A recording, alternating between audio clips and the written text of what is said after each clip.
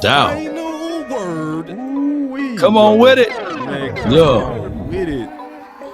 Let's go. Start the countdown. Let's go. Come on. Yeah, man. So obviously we won the game, but the final word. What's wrong, man? Did we win? Man, God, it felt like a loss, right? Yeah, it does, man. I think it's some good and bad in it, though, bro. Hey, when you pray for rain, you gotta deal with the mud, too. Yeah. I think we just hungry, bro. I think the fans are just the final word. I think we just hungry, bro. That's the only thing I can think. Yeah, I think we just so hungry for this championship. Yup. I think we getting in, keeping it all the way. The final word. Then you got other things that's stirring up the pot. The final word. Yeah, like the national media. Yeah, the national media, and they stirring up the pot too. Yeah. I just wish we could see through that, bro. I really do. I really wish we could see through that. Yeah. Don't share the video to Twitter yet. I gotta change the title, man. Something going wrong with my title. The final word. Okay. I'm talking to the people that they start sharing my stuff early. The final word. The final word. The final word. I gotta change the title, y'all. Y'all give me a second. The final word. But yeah, man, I think you're right. I think it's the propaganda that's going on, bro. I think that's real. And then we gotta contextualize sensationalism is a real thing, though. Yeah, it is. It is. They playing the final word. So, because I was looking at some of Kansas City losses. They lost to the Colts. You think they over there? You think they over there? Oh, the sky's falling. Nah, they chilling, bro. They chilling. The Bills lost to the Vikings, and then we blew them out. We blew the Vikings out. Not a word, you know? Right, yeah. So we not making no excuses, but we also like, hey, man, we gonna move on from this. Word. And I get it. Validation is only good for parking. Facts. All the way facts, big dog. You know what I'm saying? So it's just one of them things. I just, we go pull it together, Cowboy Nation. We go pull it together, man. Yes, we are. And Big Game James on this way, so is the OC. So we holding it down until they get here. Trust me, we already ready to go. We go get it.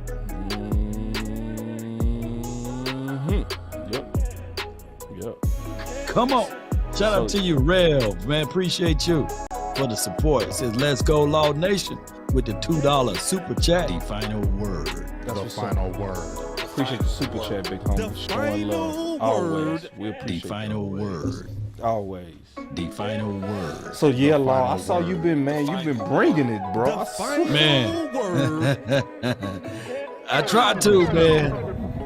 In my physical form, let it be known I'm troublesome, man.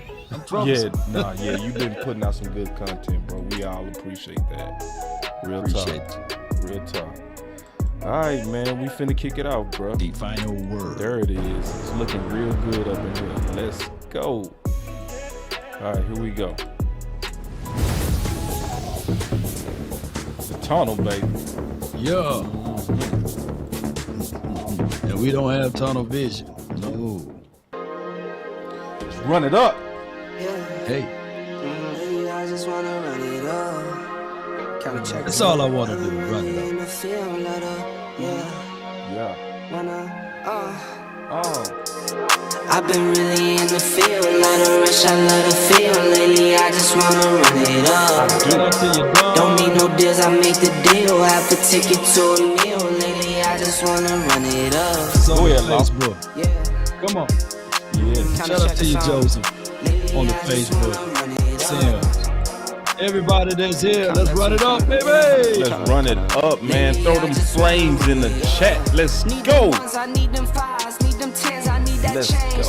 man. And I see you, Life Crazy. Aaron. He said, I want to see the hoodie OC. He likely coming. When I play, charge it to the game. I'm with Elgin, I'm with T-Black, I'm with Rabbit now. Calm down. I'm with A, I'm with J, all right, Cass and Cowboy, I see you. Bob, Richard, Keystone, Smitty Rock, what's going on? Let's go.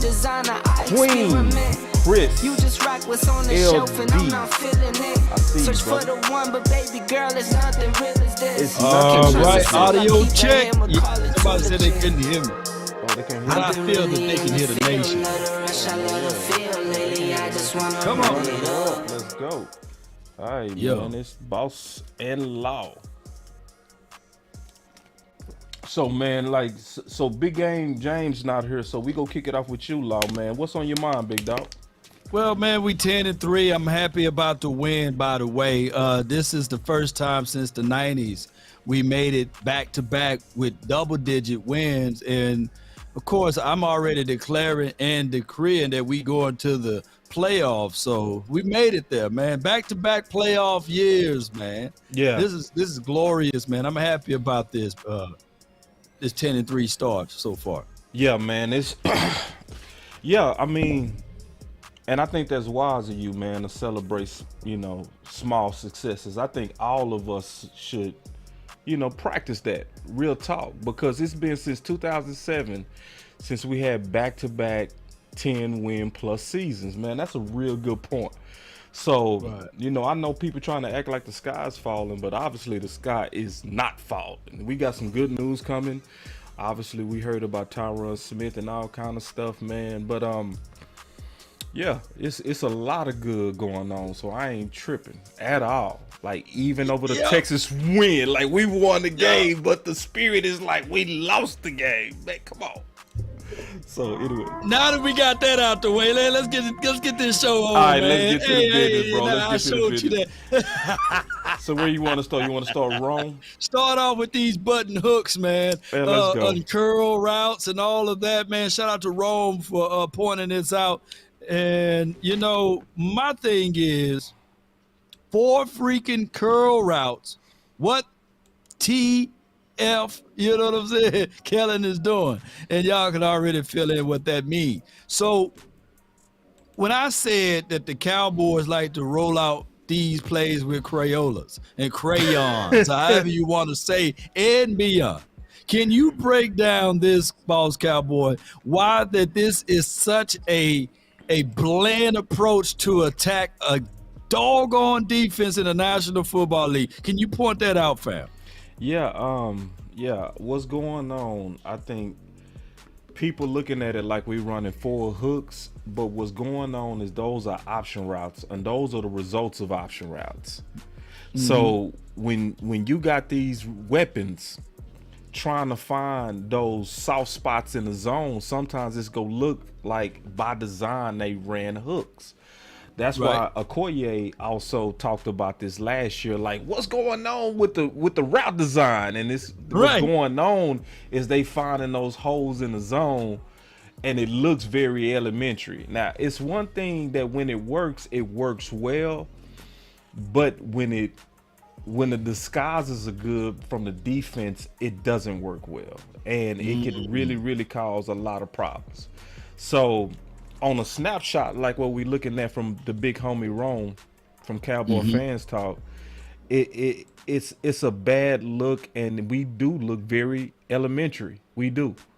Now, I also want to balance it out and say, when the option routes work well, it's a very good thing, because it allows your scheme to have a almost guaranteed hole in the zone that makes it almost impossible for a defense to adjust. But the look is bad. And this is the other part. Break it down, Chief. Defenses has figured it out. I'm certain on that. They figured us out. Our passing game, that's why our passing game don't work no more. It doesn't work. You ever notice that whenever Kellen Moore gets pass happy, points stop? It does. And when teams, they play so much quarters in cover 2 defense, Whereas, okay, well, we will embrace the fact that you're passing, because what we can do is bank on the fact that your quarterback got to read through all of this mess. And on top of that, with option routes, these are not timing routes, whereas they got to get a vibe in the field. And if these DBs that's on the opposing side don't sink down into their zone, what you think that may be a hook, a sink hook, it can be all dismissed because it could be cover one, right? It can be disguised to be that, and you thinking that you throwing into cover two, and no, it's cover one, or vice versa.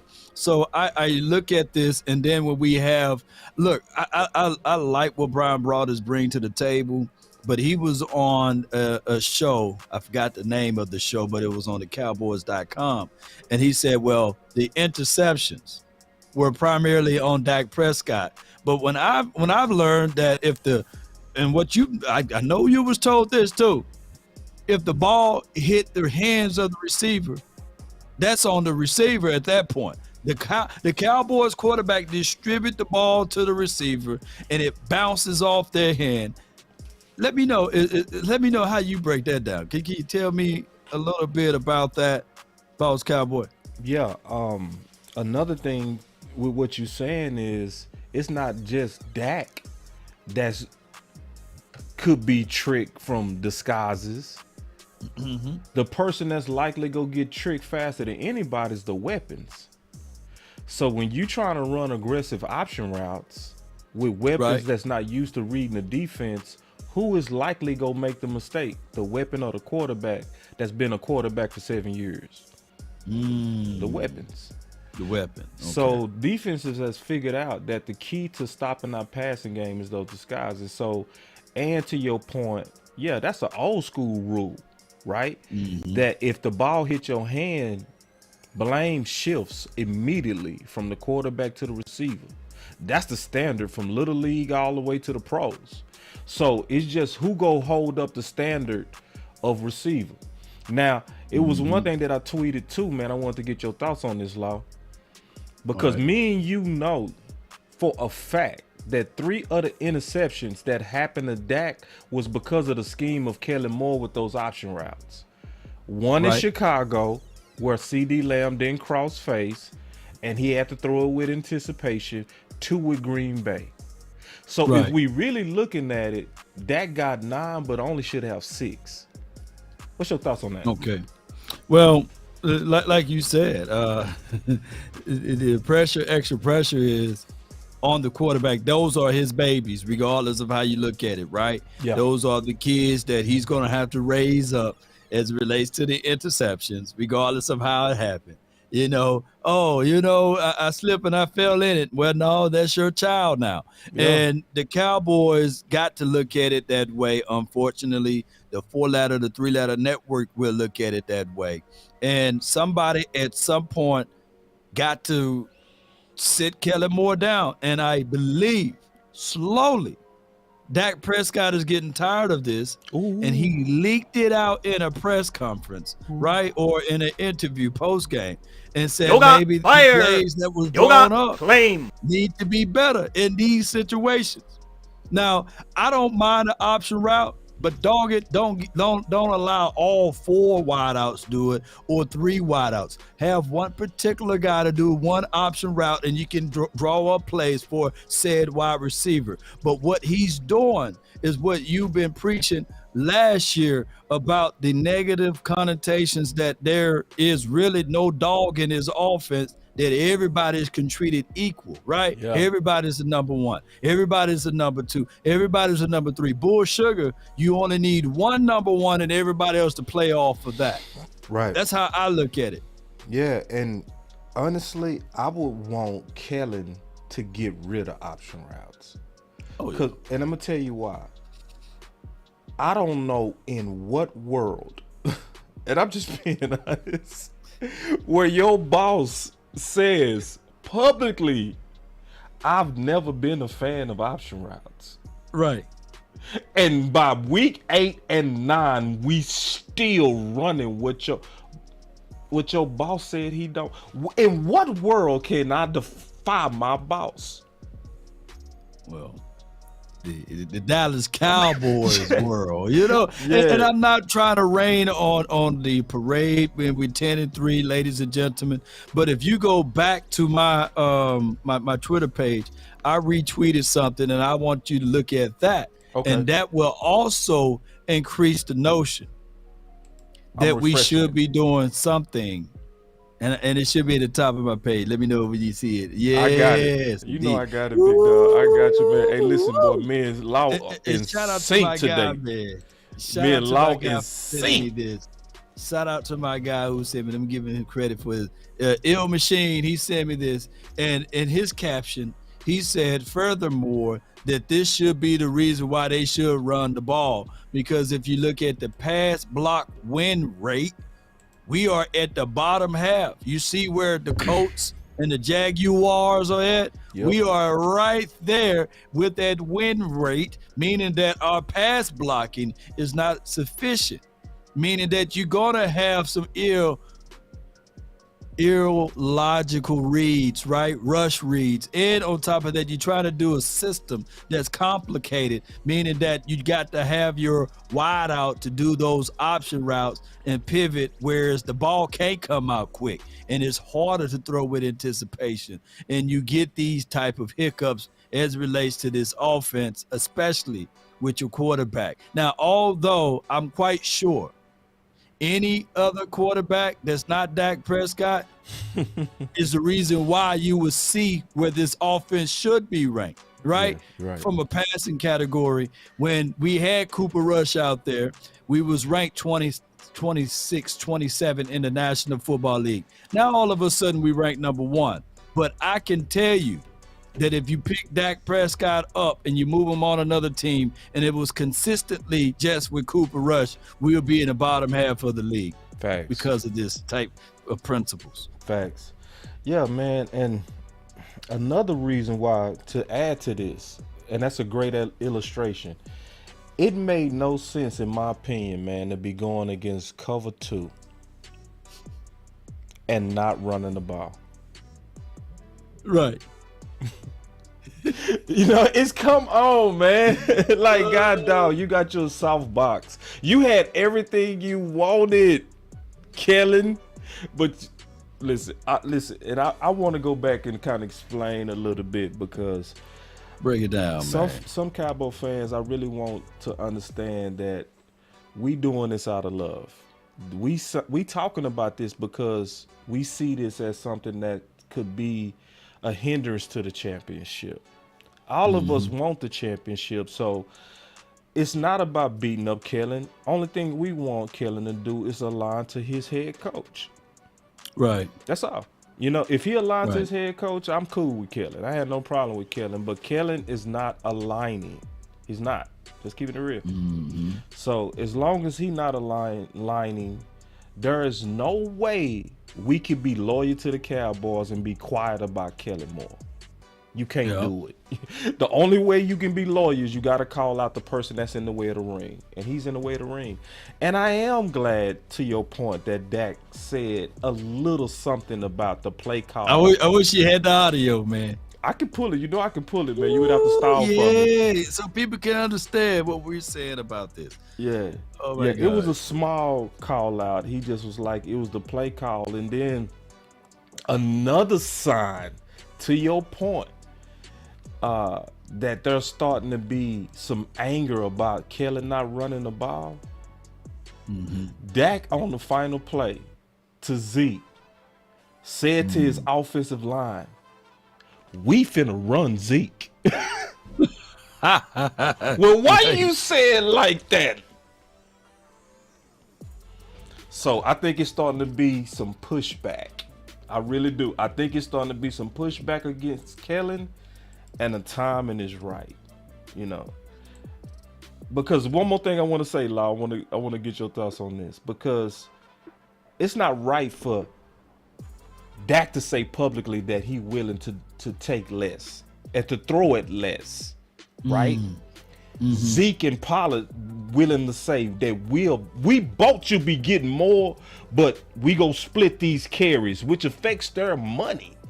Now, everybody being unselfish, but Kellen. What's your thoughts on that?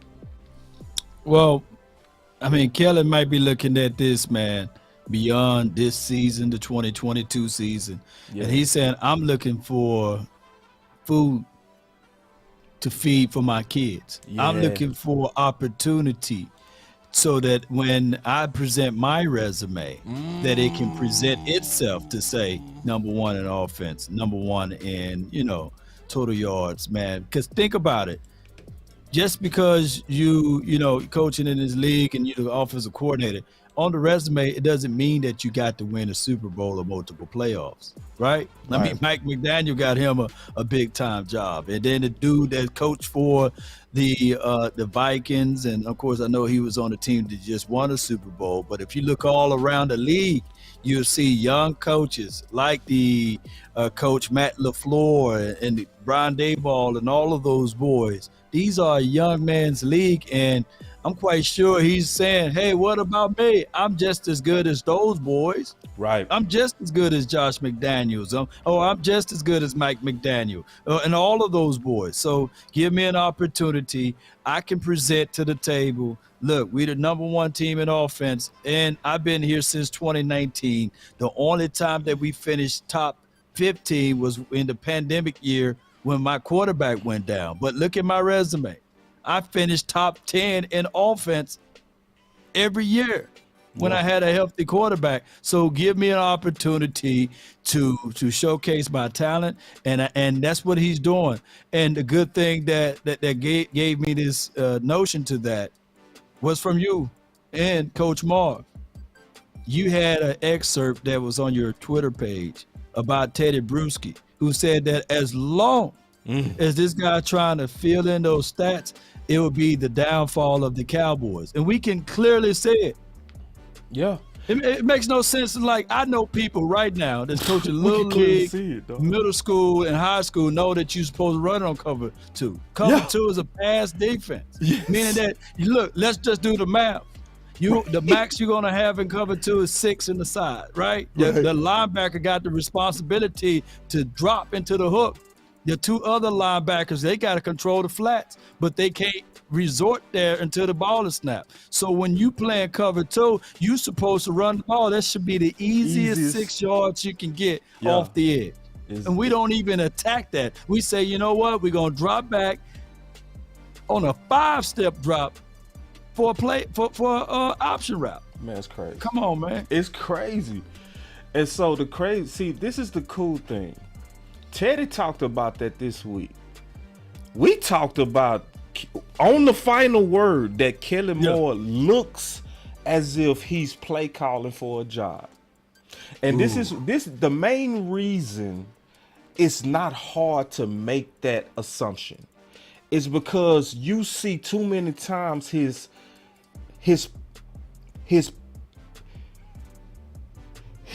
play design or his game design is against common sense. So, like, for instance, the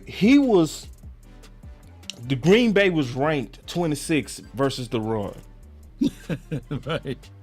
He threw it 39 times. No, 46 times. 40 sometimes, Yeah, 40 sometimes. It was crazy. Now, with the league in the fourth quarter. Yeah, and they was 14, ranked 10th. Houston was ranked as a bottom team versus the run. And he came out and threw it 39 times and 23 times in the first half.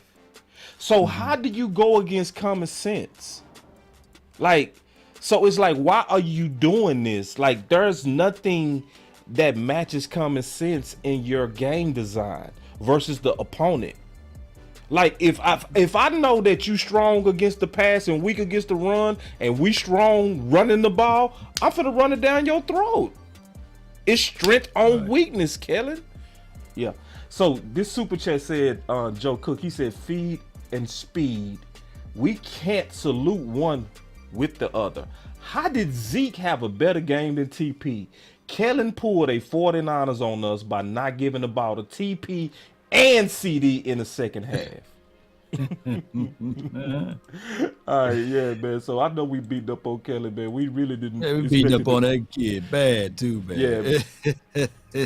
And yeah, somebody say Boss almost up to 5K subs. I think I'm about 4 subs away. I'm gonna hit hit 5,000 by the end of this show.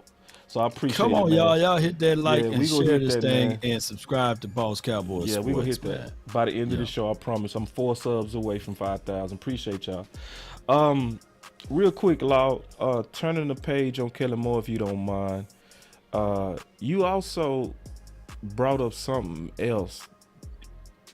We was talking before the show. You said you wanted me to put it in the show.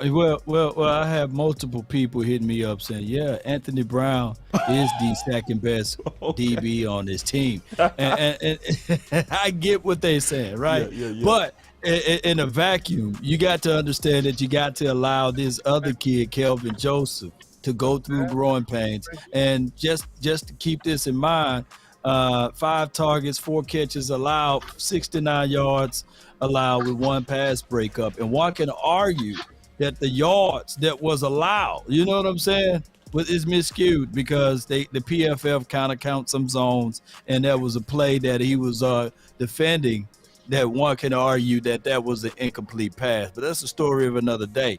I just look at Kelvin Joseph as a guy that down the line, you give him more playing time, you would see some of his skill sets exhibit and exude itself. No doubt.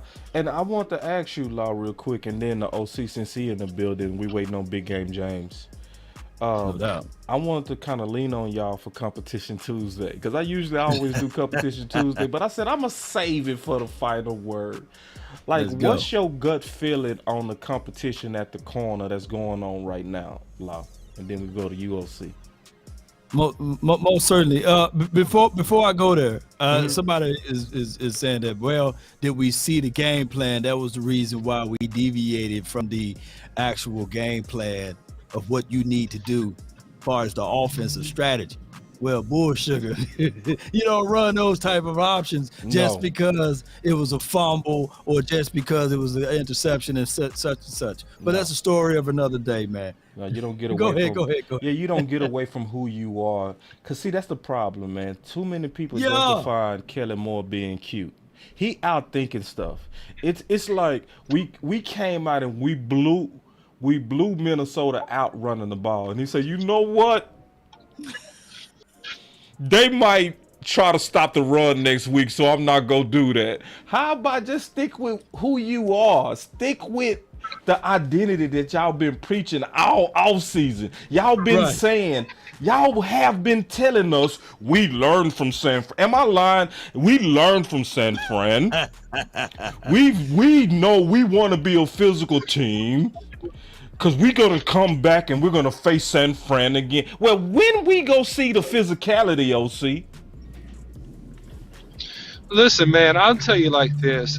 Kellen Moore came out and threw the ball more than we ran the ball in the first half, and that's what gave us the trouble offensively.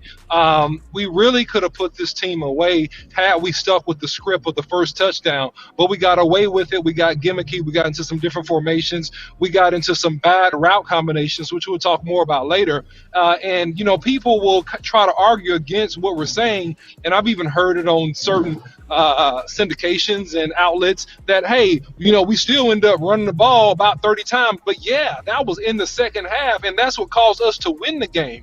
We're talking about how you start the script of the game. And when you start the script of the game in a pass-happy environment, then we get down. Then we have third down and out. Uh-oh, they scored a touchdown. Uh-oh, they scored 2 touchdowns. Uh-oh, we got a ball game. You know, so when we put teams away with really pinpoint precision is when we coming out, we're committing to the run, and we're committing to that play action pass. Yeah. And that philosophy right there, DOC, and I love that, what you just said. You run to set the tone, right? You supposed to get back to your identity. You know what? This reminds me of a movie. I like to throw in movies, Boss, and DOC. And everybody can relate to this movie. It's called The Lion King. You know, Simba lost his identity. So he ran off into the wilderness, right? And he was got help raised by a pig and a meerkat, right? But when it was time for him to get back to what he's supposed to do, the monkey showed him a reflection of his father. And his father told him, remember who you are. You are my son, the one true king. And he kept telling him, remember who you are. We need to have some type of voice that can be permeated into the ears of Kellen Moore that can tell him, remember who this team is. This is a running team. And they will be able to be prosperous if you can run the ball. Remember, I wish I could have that sound in his head. So when he thinking about throwing the ball with Dak Prescott over 30 times, that it can just be a switch, a Mufasa voice. Remember who you are. You know what I mean? You need to run the ball, man. Run the ball, man. And run with purpose, not just run to say, hey, I ran the ball, because there was a series in a situation that he ran the ball 11 times, but he need to run with purpose. Y'all go ahead, man. 3, 2, 1, drop it. And remember, you're listening to nothing but the best. Drop it hard. Let's go. Real quick, I gotta take this comment because I was just getting ready to get off of Kellen Moore, but this comment is so fire. I gotta take this comment. It's fire. He said Jerry wants Mike McCarthy to baby Kellen, but give Kellen most of the rope. Ooh. Yoga fire. Yoga. Let's talk about that. So, because I was just finna move off of Kelly until I read that comment. Now check this out. They said Jerry Jones is Scar. Oh, he's Scar. Mike McCarthy need to be Mufasa, man. Say, check this out, man. Check this out. Oh, I can't wait till Big get up in here too. But check this out. See, just real quick, I'm gonna be quick. Go ahead. So, if you notice, it's coaches that are pass happy now as head coaches, but were submitted as OCs. So, if you look at Miami, right, what are they doing right now? Bums away. But what was their head coach doing under Shanahan? Run.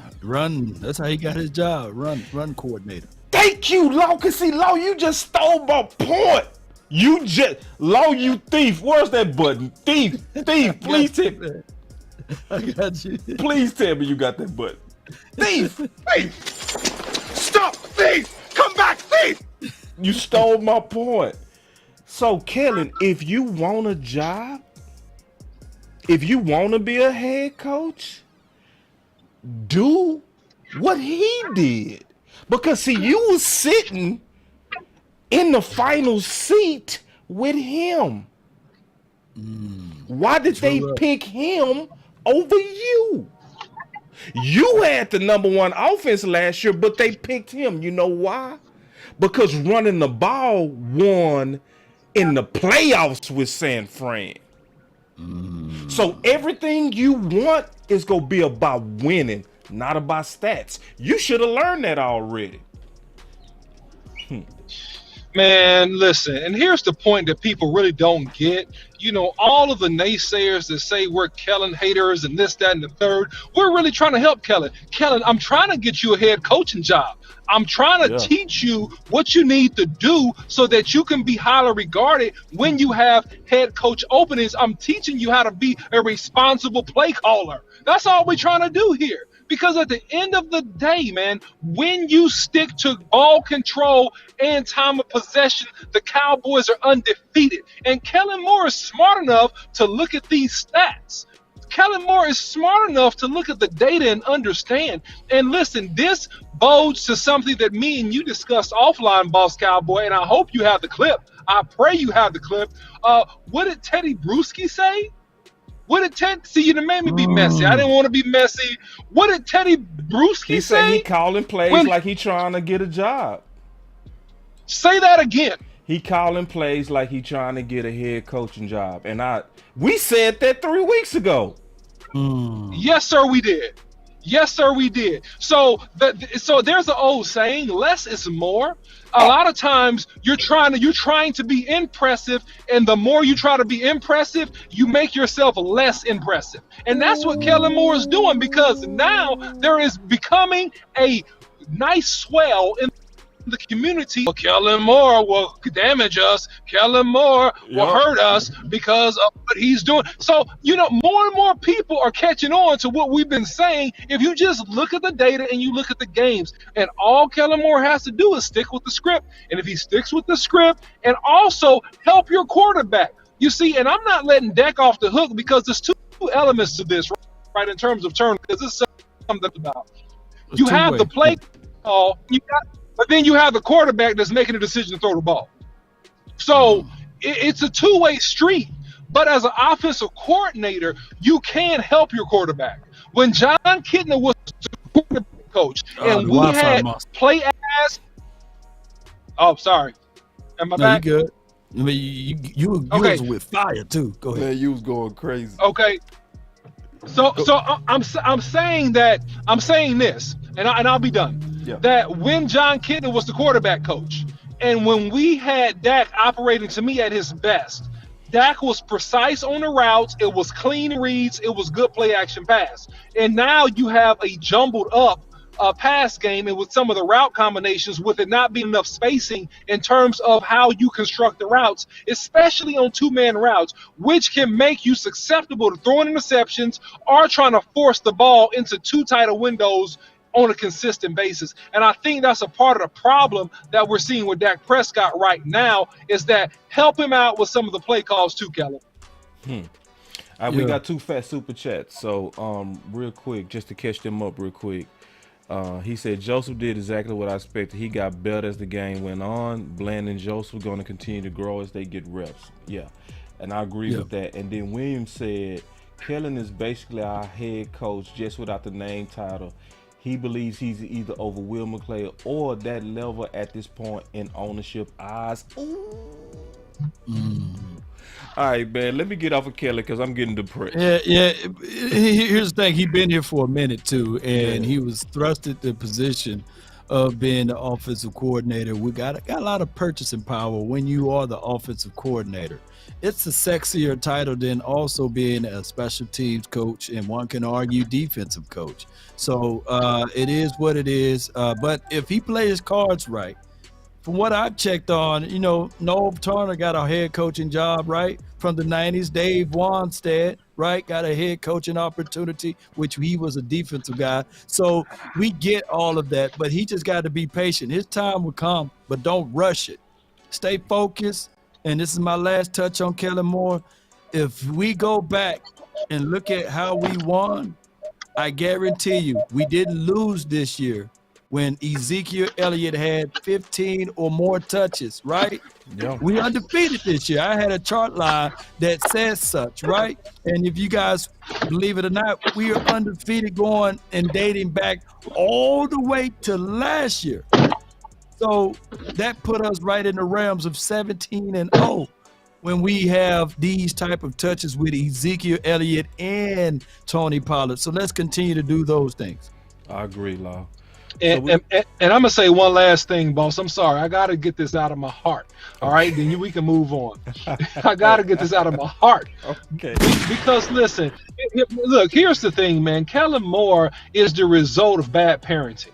Okay, and this is what happens. This is the adage of if you have a spoiled child and they begin to make really bad decisions and you begin to try to discipline them when they're 16 years old, it doesn't work.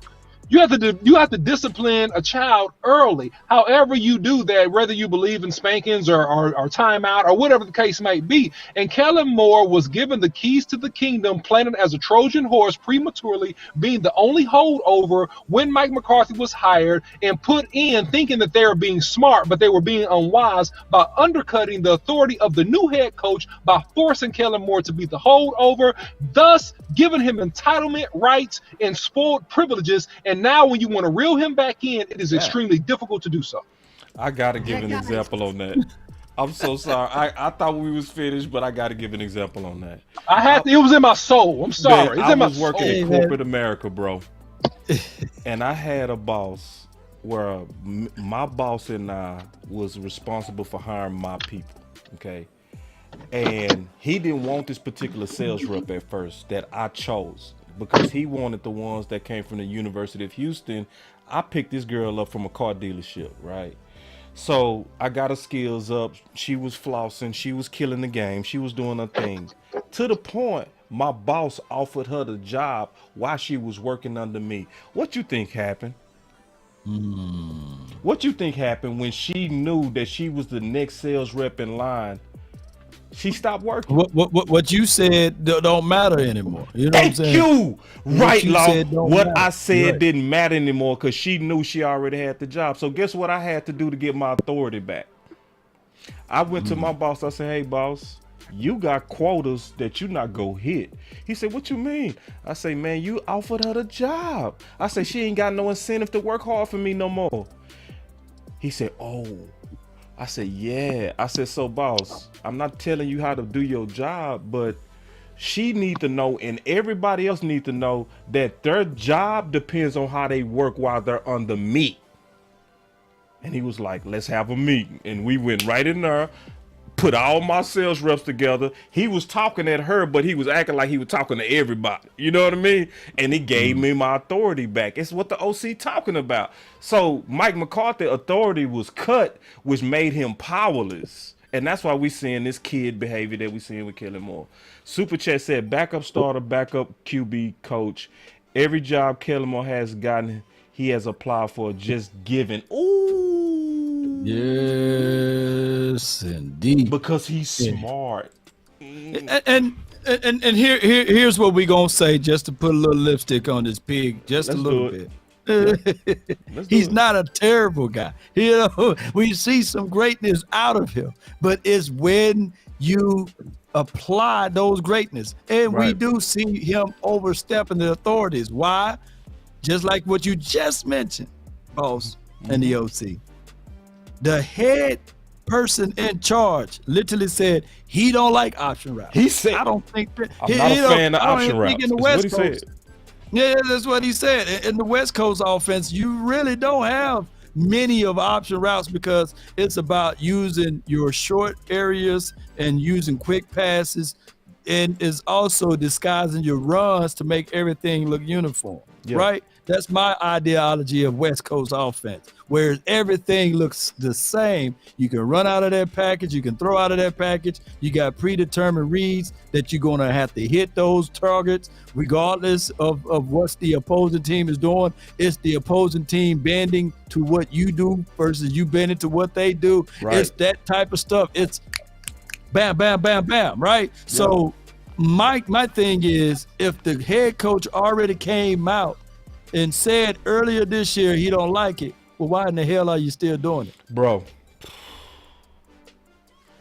Because I can do whatever I want. My name is Kellen Moore, and I am the golden child. And it don't matter what none of y'all say. I'm going to come out here, I'm going to throw it 40 times, and oh, God, we better not play a team that's less than 500 because I'm going to throw it 50 times. And I'm going to patent that, and I'm going to add this to my resume because I had that to throw for 4,000 yards. And it's going to make me look real good. And then even last year, I'm going to run out on the field when we lost a game to the Arizona Cardinals, and I'm going to give a bear hug to Cliff Kingsbury. You know why? Because we're the young hot shot. And we want to look real good. And I'm going to make sure that my name is in the spotlight because I got to rub some elbows. And I got to get this $25 million job at all costs. Oh, you just cracked it. The OC. God, yes. No emotions, no friends, no loyalty. Straight business. Straight business. Put hashtag straight business in the chat. Boy, that OC went crazy. God, dog. You know what's about to happen, boss? What's that? And the OC, it just hit me.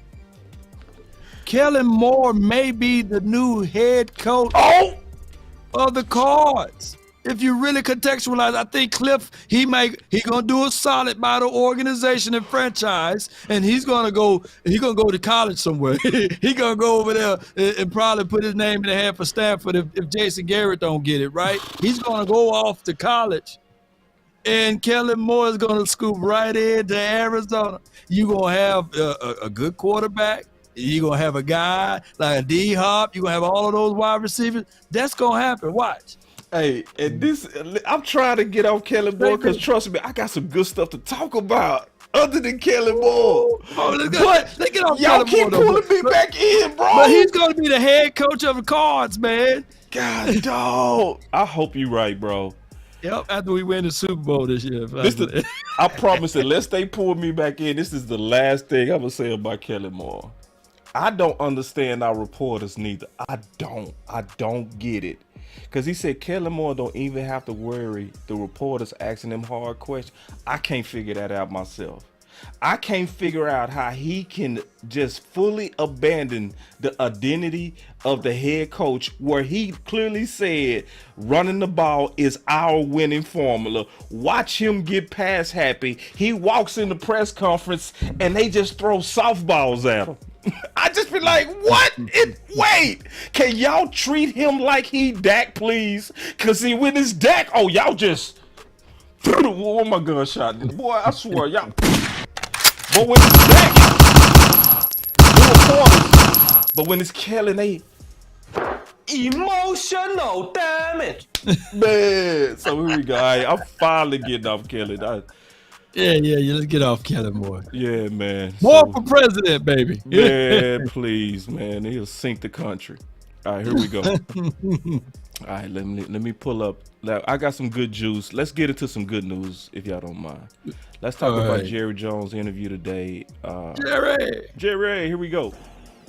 Jerry, you guys made some news yesterday with the acquisition of T.Y. Hilton. Why did you guys decide to sign T.Y.? Well, of course, I've always admired him as the player he was there at Indianapolis, and knew that he was picking his team, so to speak, seriously. He had a lot of interest out there. We knew it. We've known it. And he, of course, was interested in what we're doing and what we're doing at this time. And so it was an opportunity for us. We took it, and he can really help us out. He's really one of the smartest receivers that I can remember. Kelvin Martin was such an influence when I first came with the Cowboys. And I've heard Michael Irvin give Kelvin Martin such credit for a lot of the things that happened in his career. But the thing that always stood out about Kelvin Martin was how smart he played the game. And T.Y. has some of those characteristics and got a lot of speed, runs really well, and of course is ready to go. Is that what you're looking for physically, Jerry, in terms of the skill set, that burner to be a deep threat down the field? Is that his best attribute? Well, we've got a lot of position flex with him, but I would say that he's got that step, but he also brings a ton of experience. That's big, real big, because we'll want him to step in immediately, and these guys that have played a lot of football in the NFL have a good chance of doing that. He's seen the kinds of routes that we're going to run. He has seen them time and time again in the NFL. And there at Indianapolis. So I think he's a real pickup for us that will, frankly, hit the ground running and immediately give us some help. Why? I'm gonna pause it for a second. Okay. I thought you were gonna play that last little clip. I can. But go ahead. I'll go. Did you feel he was a need? Did you think and see that the rest of the wide receiving core was lacking a little bit? Well, no. The real for his availability has a lot to do with it, but I think that we have continued to look for a speed element, being able to have a player that can give those secondaries something else to think about out there as our core base of receivers are basically doing their thing, and he does that. He's a receiver that the defense will have to honor, and when he does, he'll make it better for Wilson. He'll make it, not Wilson, but Brown, and he'll make it better for, of course, with Lamb. And so I'm glad. I'm glad's not the word for it. I'm excited the fact that he's available. We're talking with Dallas Cowboys owner and general manager Jerry Jones here on 105 Through the Fan. Jerry, okay, hold on real quick. Does this take you guys out of the running for Odell Beckham Jr. at least until the spring? Of course, we wouldn't have been interested in Odell had he not had the kind of talent that certainly can last to the spring, so to speak. But I think it's fair to say that he's an outstanding receiver. He's, as you well know, he's not ready to play today. That's important, and but he will be ready come spring, and he's a receiver that I think would fit any team. And so I want to easily say there's going to be continued interest in Odell. But is it safe to say he won't be on this year's version of the Dallas Cowboys?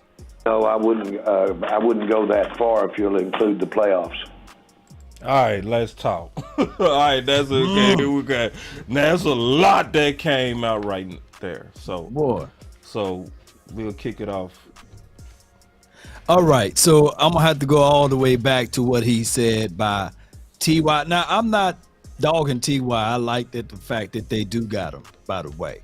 But what I said earlier today is that this is literally hustling backwards, because we like what we've seen out of Lamb's growth, and we understand that Michael Gallup always was that third down catch machine, but he was still inconsistent a lot. And I'm talking about Gallup, right? But Lamb was a guy that developed, and he's on his way. But by him saying bring it in T.Y. would help elevate and alleviate some of the difficulties from the other wide receivers.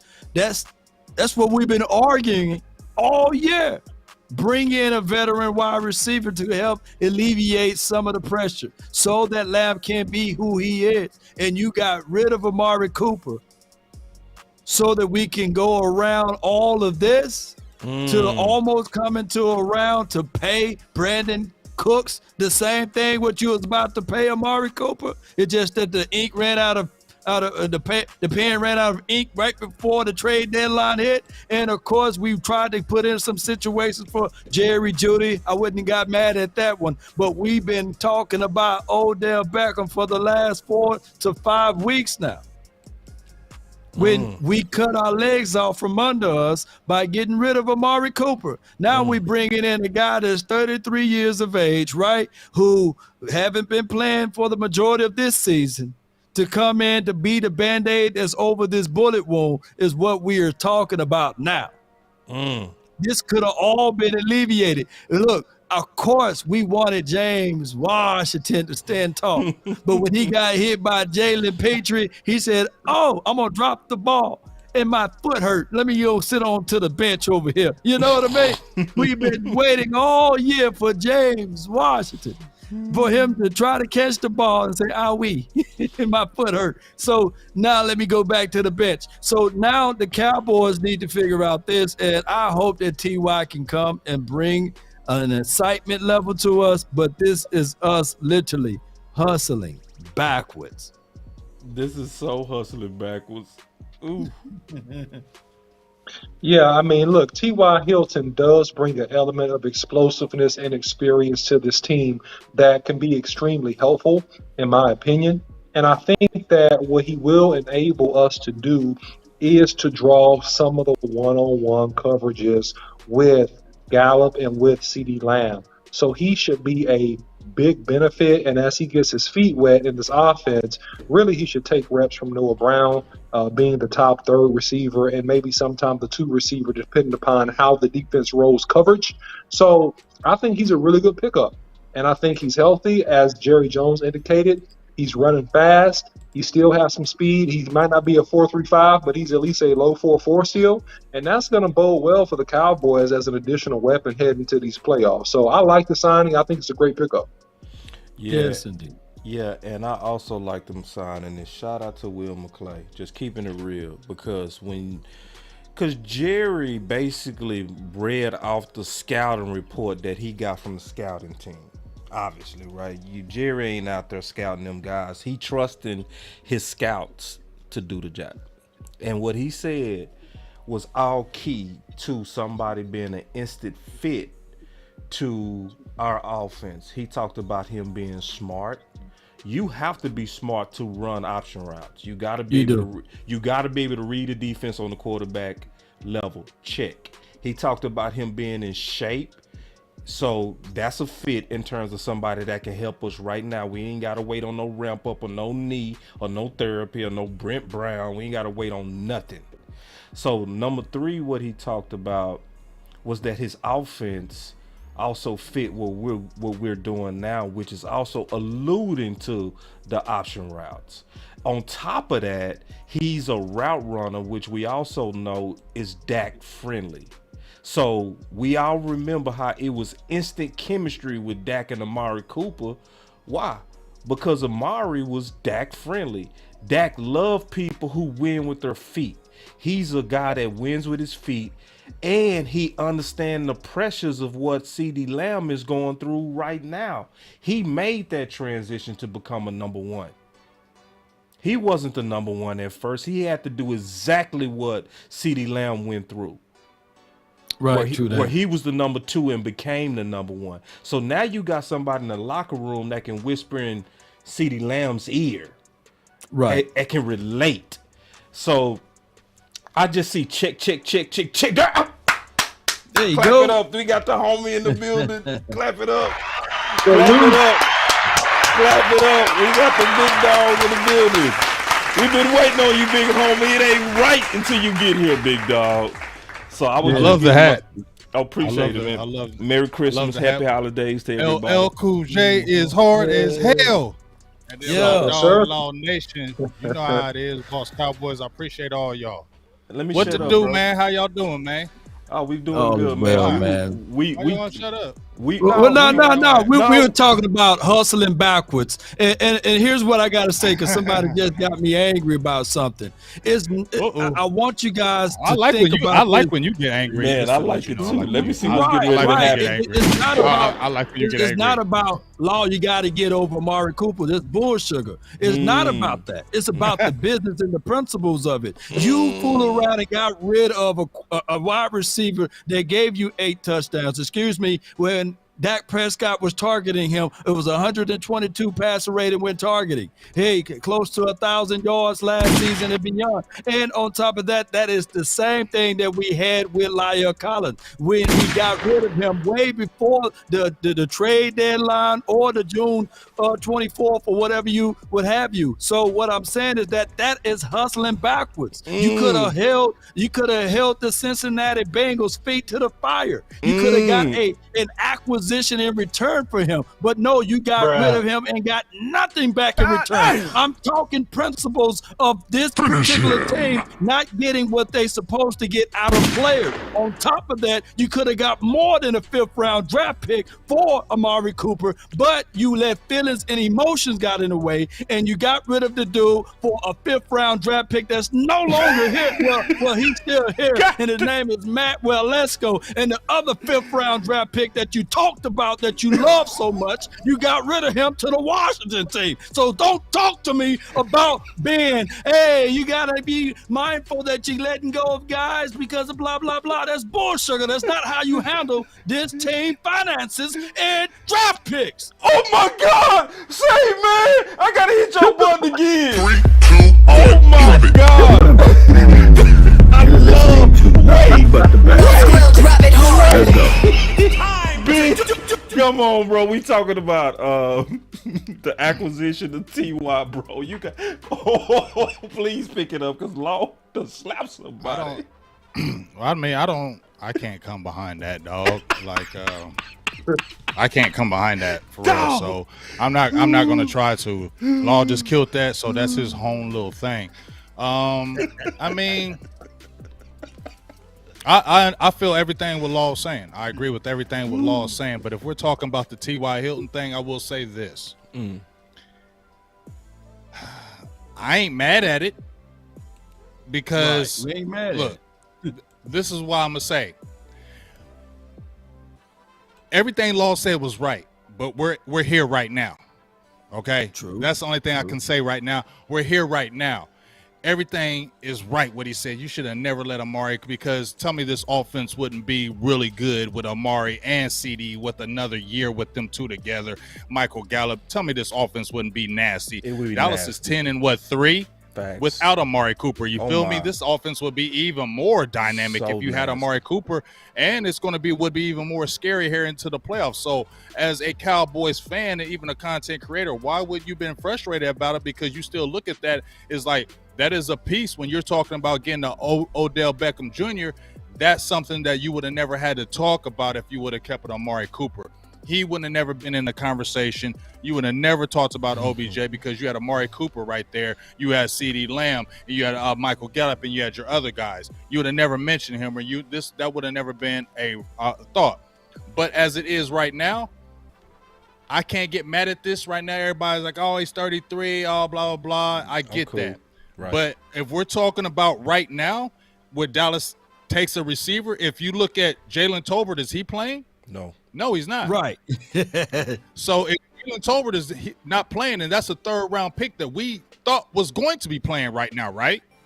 So if he's out of the equation, you have to bring something in.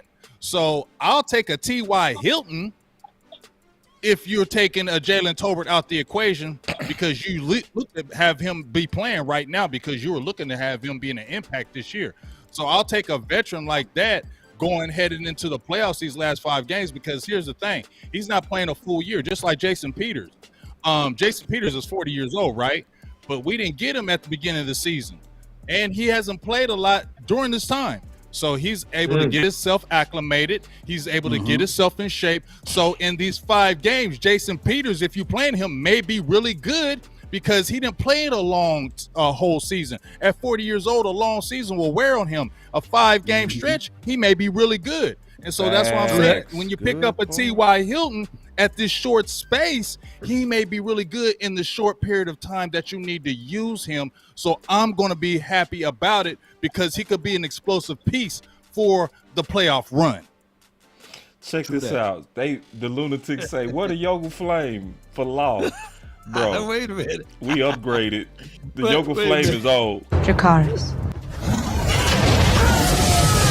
Yeah, man, we could have been Law all of it, bro. I like man. Yoga Law. Fire! Yeah, I'm just frustrated.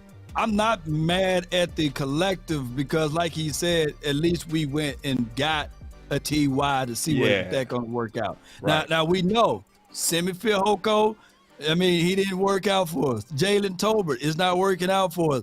And James Washington, we got to have to give him 1 more week.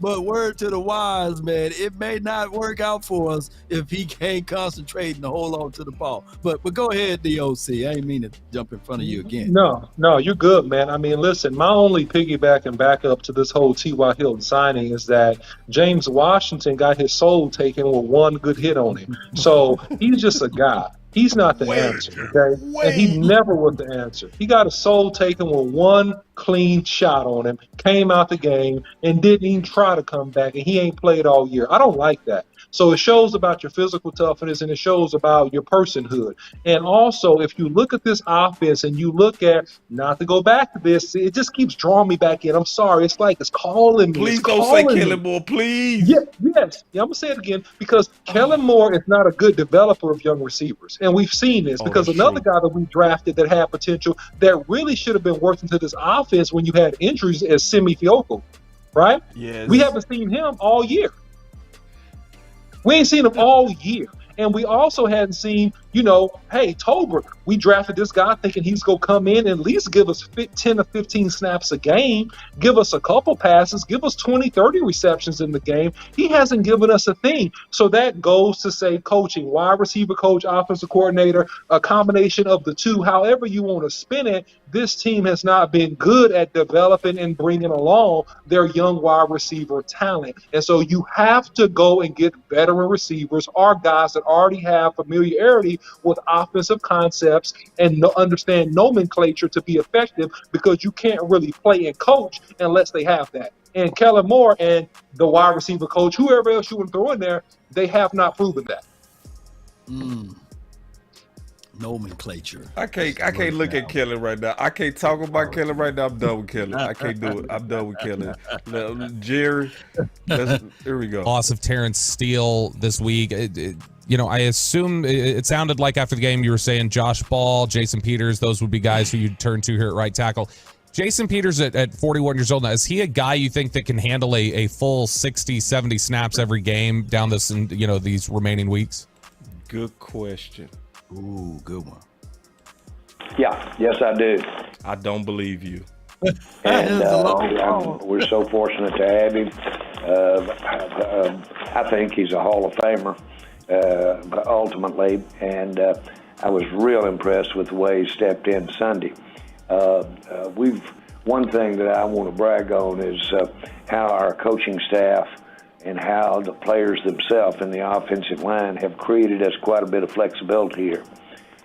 So with the fact that we've got Tyron Smith coming back, that gives us some real options here on how to set this up without Steele. So we'll see how the week unfolds, but we've got some real options here to go forward, and that's a real credit to your coaching staff. Jerry, how are you feeling about an updated timeline for Tyron Smith to return at left tackle? Well, he'll be in, as I see it right now, he'll be playing Sunday, and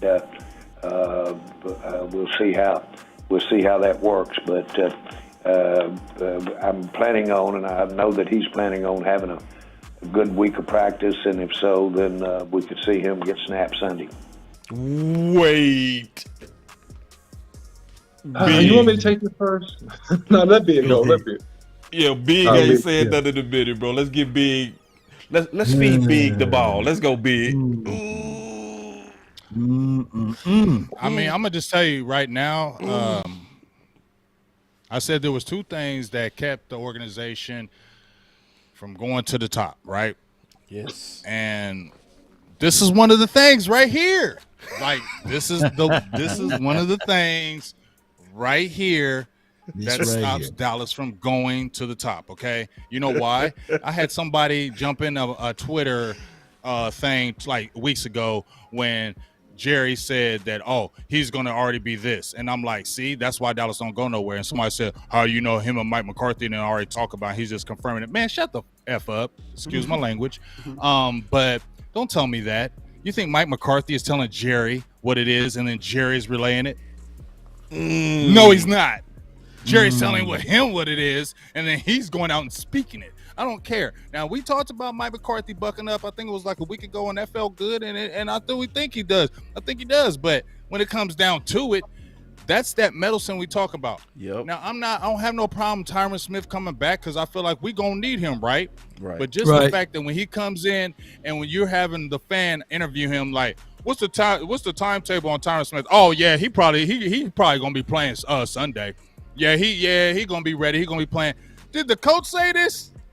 Did the coach say anything that Tyron Smith is ready to play? But you have the GM always stepping in there when he feels like a player is ready. He's always on the fan saying, yeah, he's playing. Yeah, he's starting. Yeah, we moving him right there. I don't never hear the coach saying it first. It's always Jerry. And that's what I tell people.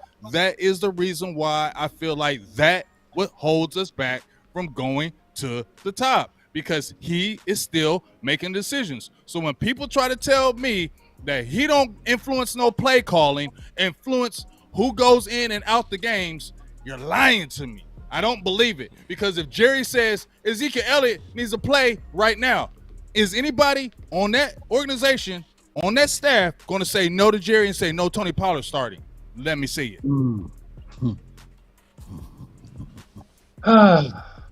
Well, Man. this is a question with many layers. So let me just take a couple minutes to unpackage this. We know that Tyron Smith hadn't played all year. He's coming back from a pretty significant leg injury in his hamstring. And, you know, I wish him well. I hope he's healthy. And this is one of the situations where I'll say a couple things. One, don't rush him. Don't rush him back because you think it's time for him to play.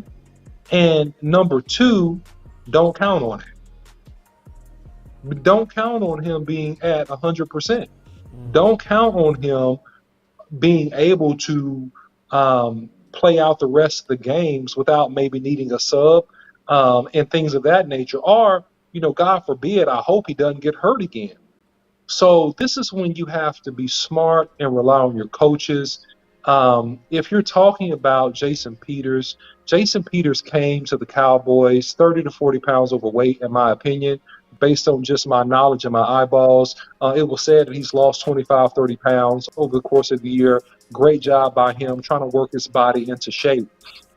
He played about 10 plays at right tackle at the end of that game versus the Texans. 10 plays is different than 70. Right. And Jason Peters has the decorum. He has the game experience. He has the wisdom. He understands the angles. He understands alignment. He understands all those things, which will make him a solid for you at any position, but to what extent? And that's the question. And you're putting a lot of pressure on him. And maybe he gets through this game fine, right? Maybe he gets through game 2 fine. But I don't know, and I'm not convinced that the conditioning level and just his body is going to hold up over 60, 70, 80 plays if you get a lot of plays in the game. I just think that's unfair to ask him to do. I think it's unfair. I think it's unwise, which is why I've been a huge advocate of bringing up Avante Collins and letting him get some reps at that right tackle. And let me further explain the full picture, and I'm going to kick it off here now after this. Because if you have any issue with Tyron Smith, you're going to have to move Tyler Smith back to left tackle.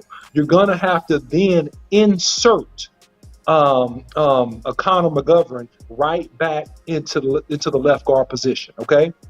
If you have any issues with Jason Peters at the right tackle position, with injury, with being tired, with anything, you need another tackle.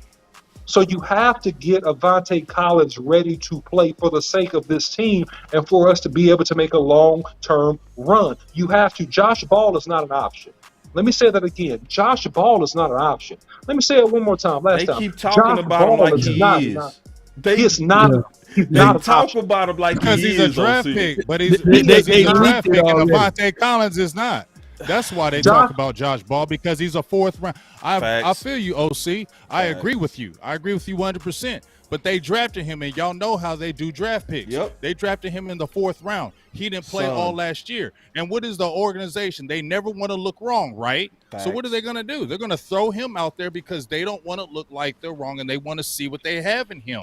That's why they're going to push that play. I agree with y'all, but I will at least say that as much as y'all have been saying Avante Collins, at least they have moved him up, because they have moved him up. You didn't hear about him at least or this whole year, but they moved him up, activated him to that practice squad the past 2 or 3 weeks ago. So they do have that in mind, and I think they are listening to what you guys are talking about, or they wouldn't have elevated him, because I've been listening when they've been bringing up people from the practice squad.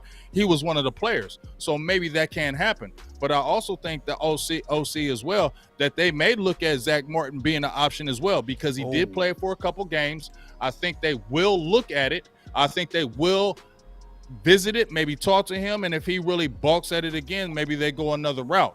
But we know Connor McGovern's a better right guard than a left guard, even though he's played that left guard very well.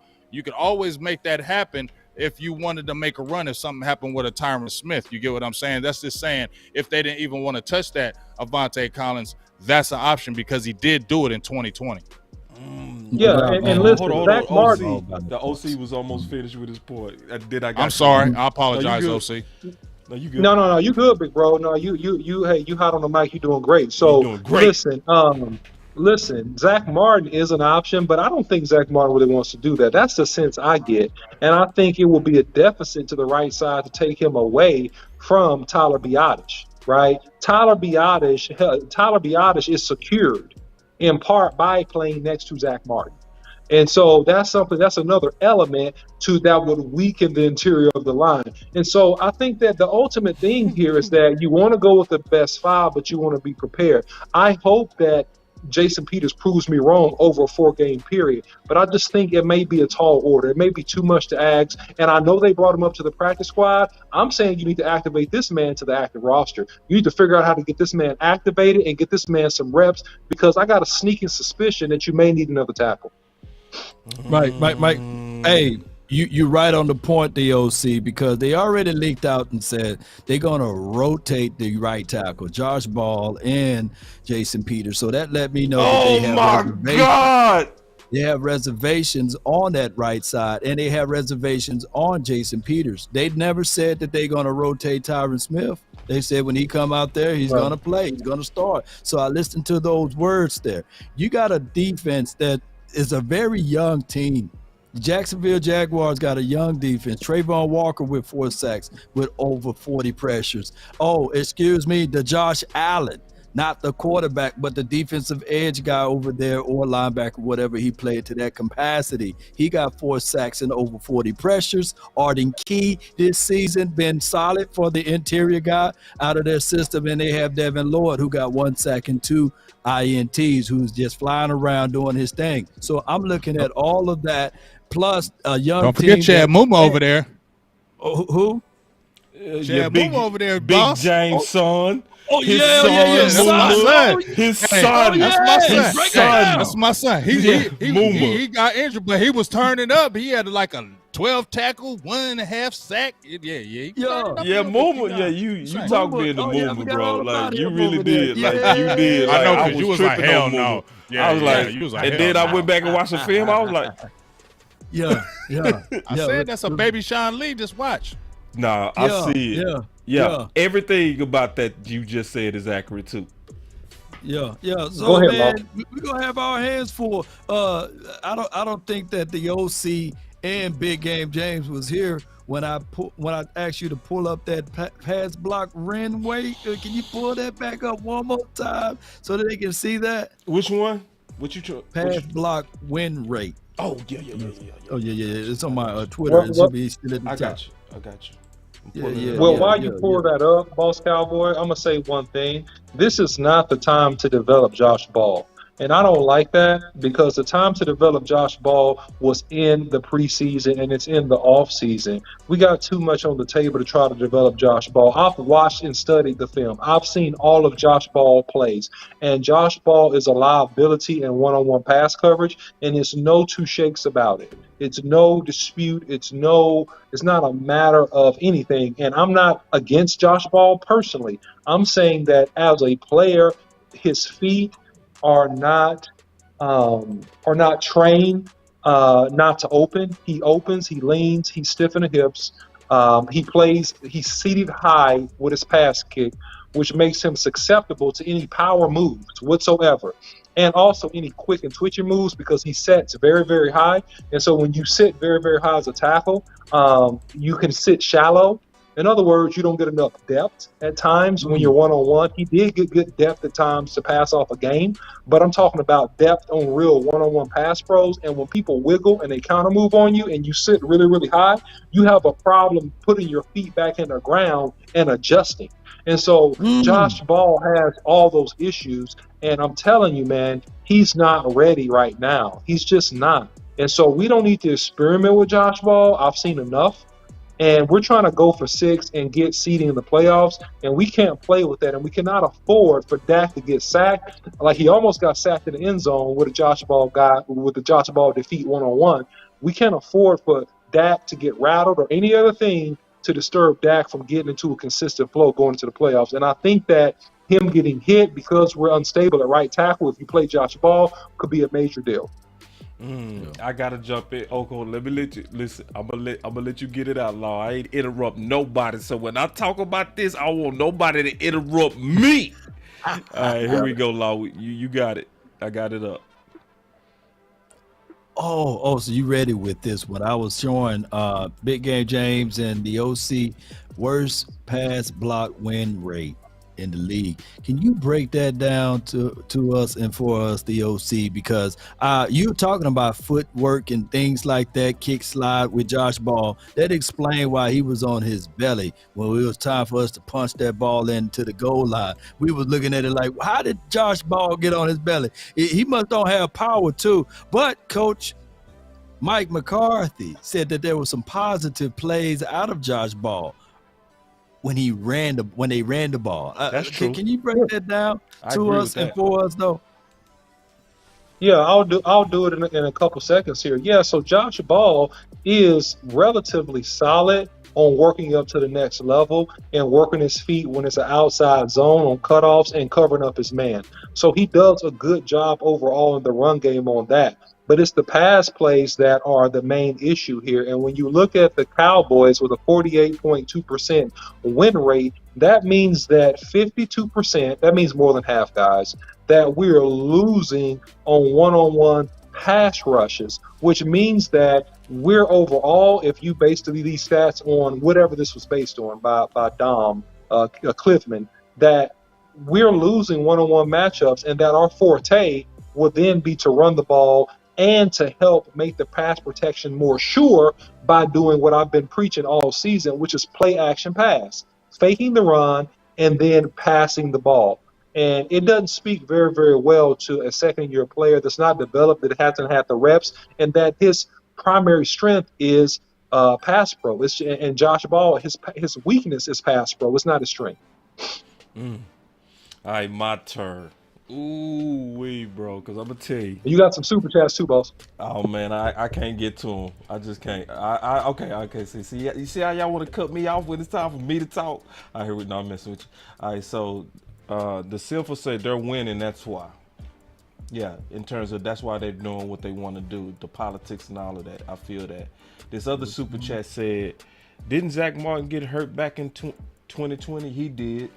But a lot of people got hurt that year too. We needed a new strength and conditioning coach. He so happened to pass, and that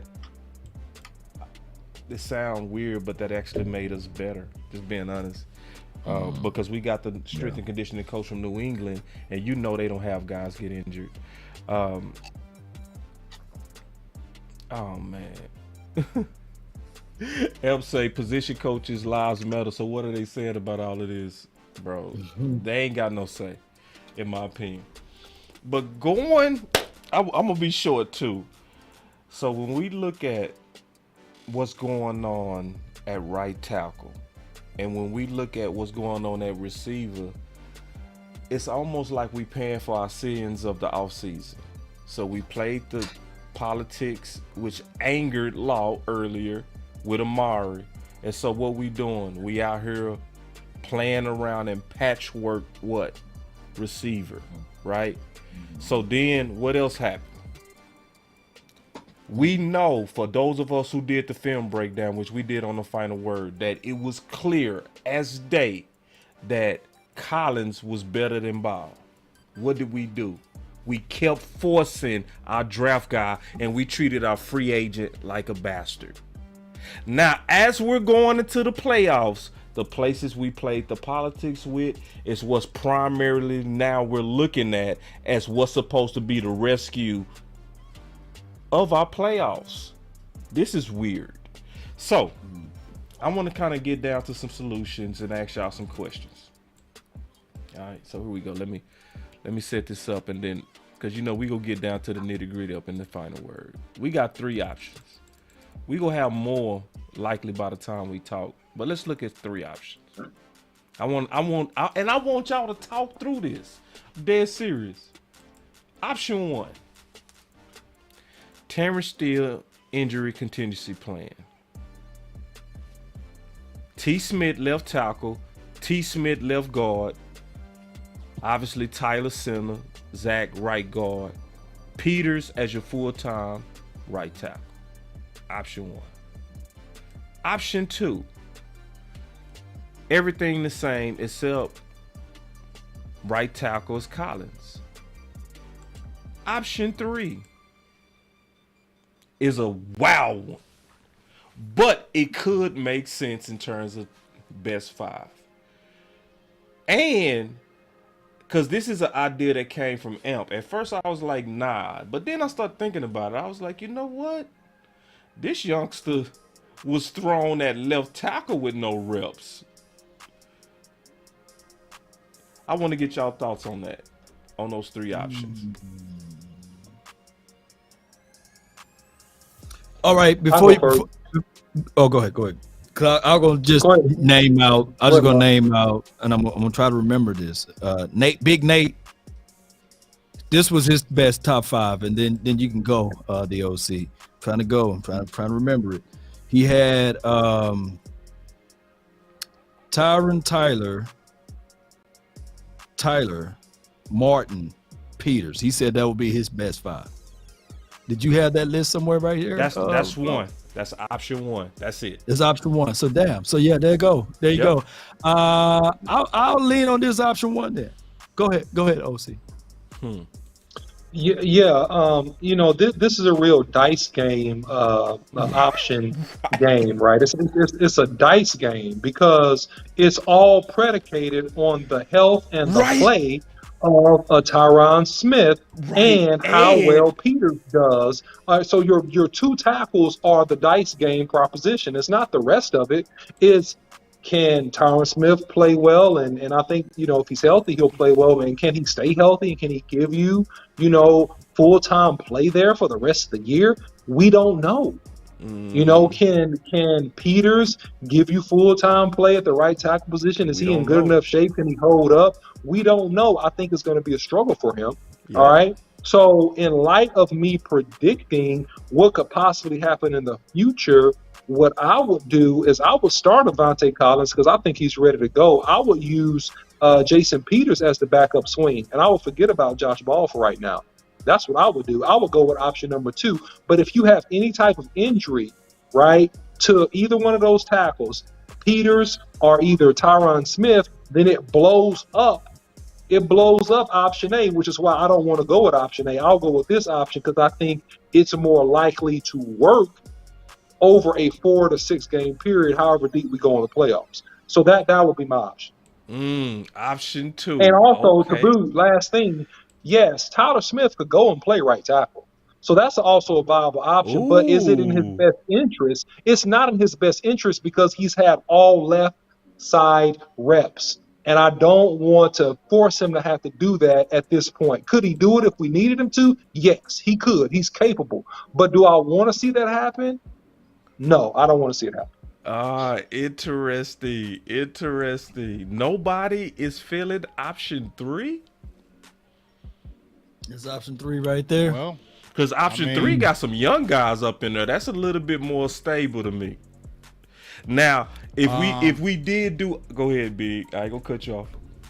Oh, I was just saying, I love the answers, but I'm looking at reality options. Okay, we can talk about this, but let's talk about reality options. Reality is Josh Ball's gonna play. Okay, Avante Collins is not. That's the reality. So we can talk about it, and that's good. It's real, but that's not gonna happen. They're not gonna do that. They're gonna play Josh Ball, and they're gonna play Jason Peters. So I'm gonna go with option number 1 because I'm gonna lean on the fact, and I agree with you, OC, but I'm gonna lean on the fact that Jason Peters played 15 games last year with the Chicago Bears. So I feel like if he's had that little bit of time to sit out, because he instantly, remember, I agree with you, OC. He came into camp out of shape, right? But he's had enough time to say he's lost 25 pounds. He's had 4 or 5 games now to be able to get into game shape. He's a professional. He's been doing this, so that doesn't take those type of guys that long to get in shape, like a rookie or something like that.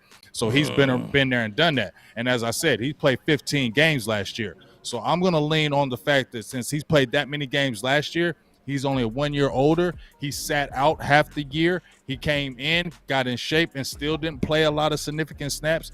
Came in and played very well in a 98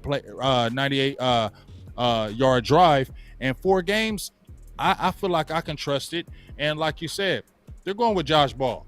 They may have elevated Avante Collins, but unless there's something drastic happens with Josh Ball, he's just absolute trash, and Peters get hurt, I feel like, and I think they still would go to Zach Martin and ask him first before they would make any move, because I think they would still look at that option and see what he would say first. And if he balked at it, then I think they would go to Collins. But I don't think he's in the plans. It's Josh Ball, Jason Peters, and that's what they're rolling with.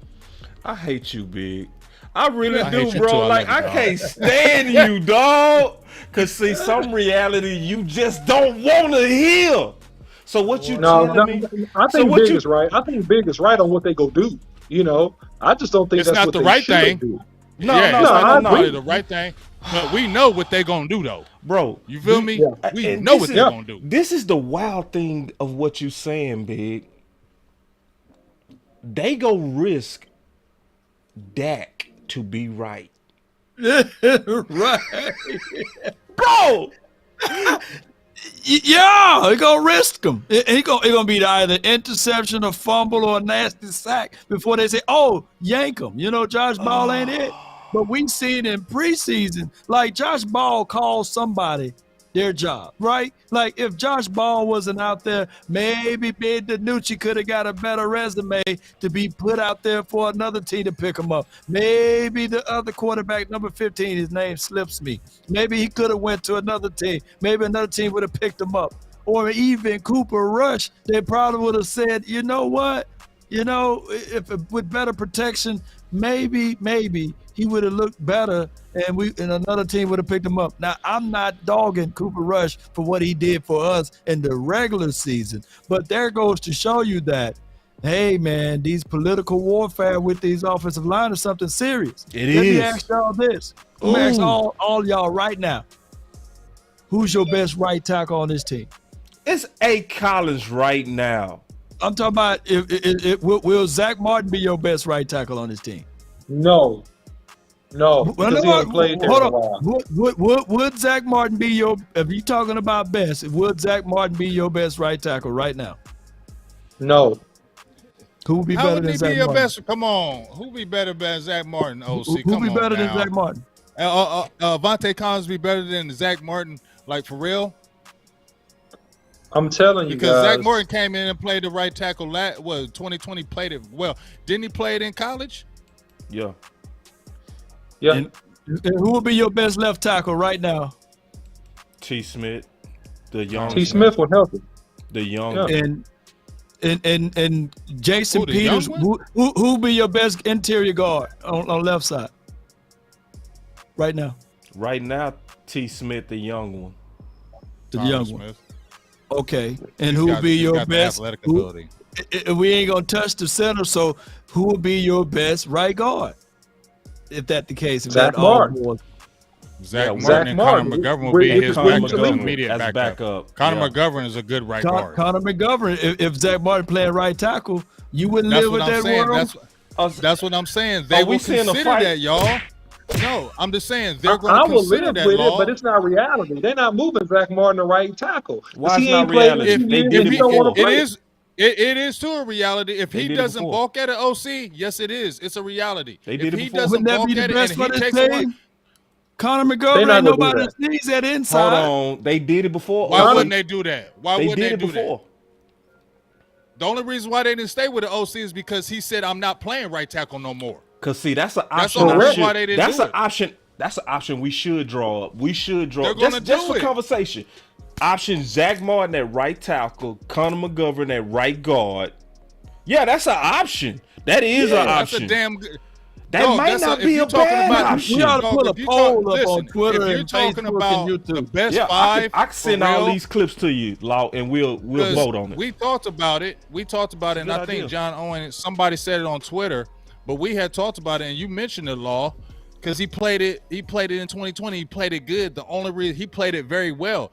The only reason why he didn't stay at right tackle is because he said, "I'm not playing right tackle no more. Terrence still needs to play it," and that's why Terrence still went back out to right tackle and he took his lumps. Because remember, we were balking at Terrence still going back to right tackle because he was getting his butt whooped, and they had Zach Martin at right tackle, but he said, "I'm not playing that no more." And then they were like, "Oh, why ain't you taking one for the team?" He said, "I ain't doing it." So now, if you look at the options right now, I think that is the better option, but I don't, because his body is older. They say it's not good for it. You know it better than me, OC. You know it better. And they say it's not good when your body is older to go from right guard to right tackles because it's going to stress your body more and you're more susceptible to injury. And I think that's one of the reasons, OC, that's why he's balking and doesn't want to go to the right tackle because he could be more susceptible to injury, pulls, just like you said. But if we're talking about the best option, OC, I think that is the best option. Zach Martin at right tackle, Connor McGovern, because Connor McGovern, he's played great at left guard, but he's a damn good right guard. Let's keep it real. When he played right guard in 2020, he was a damn good right guard. And then if you had Tyron Smith and you kick Tyler Smith inside at left guard, that's a damn good starting five right there.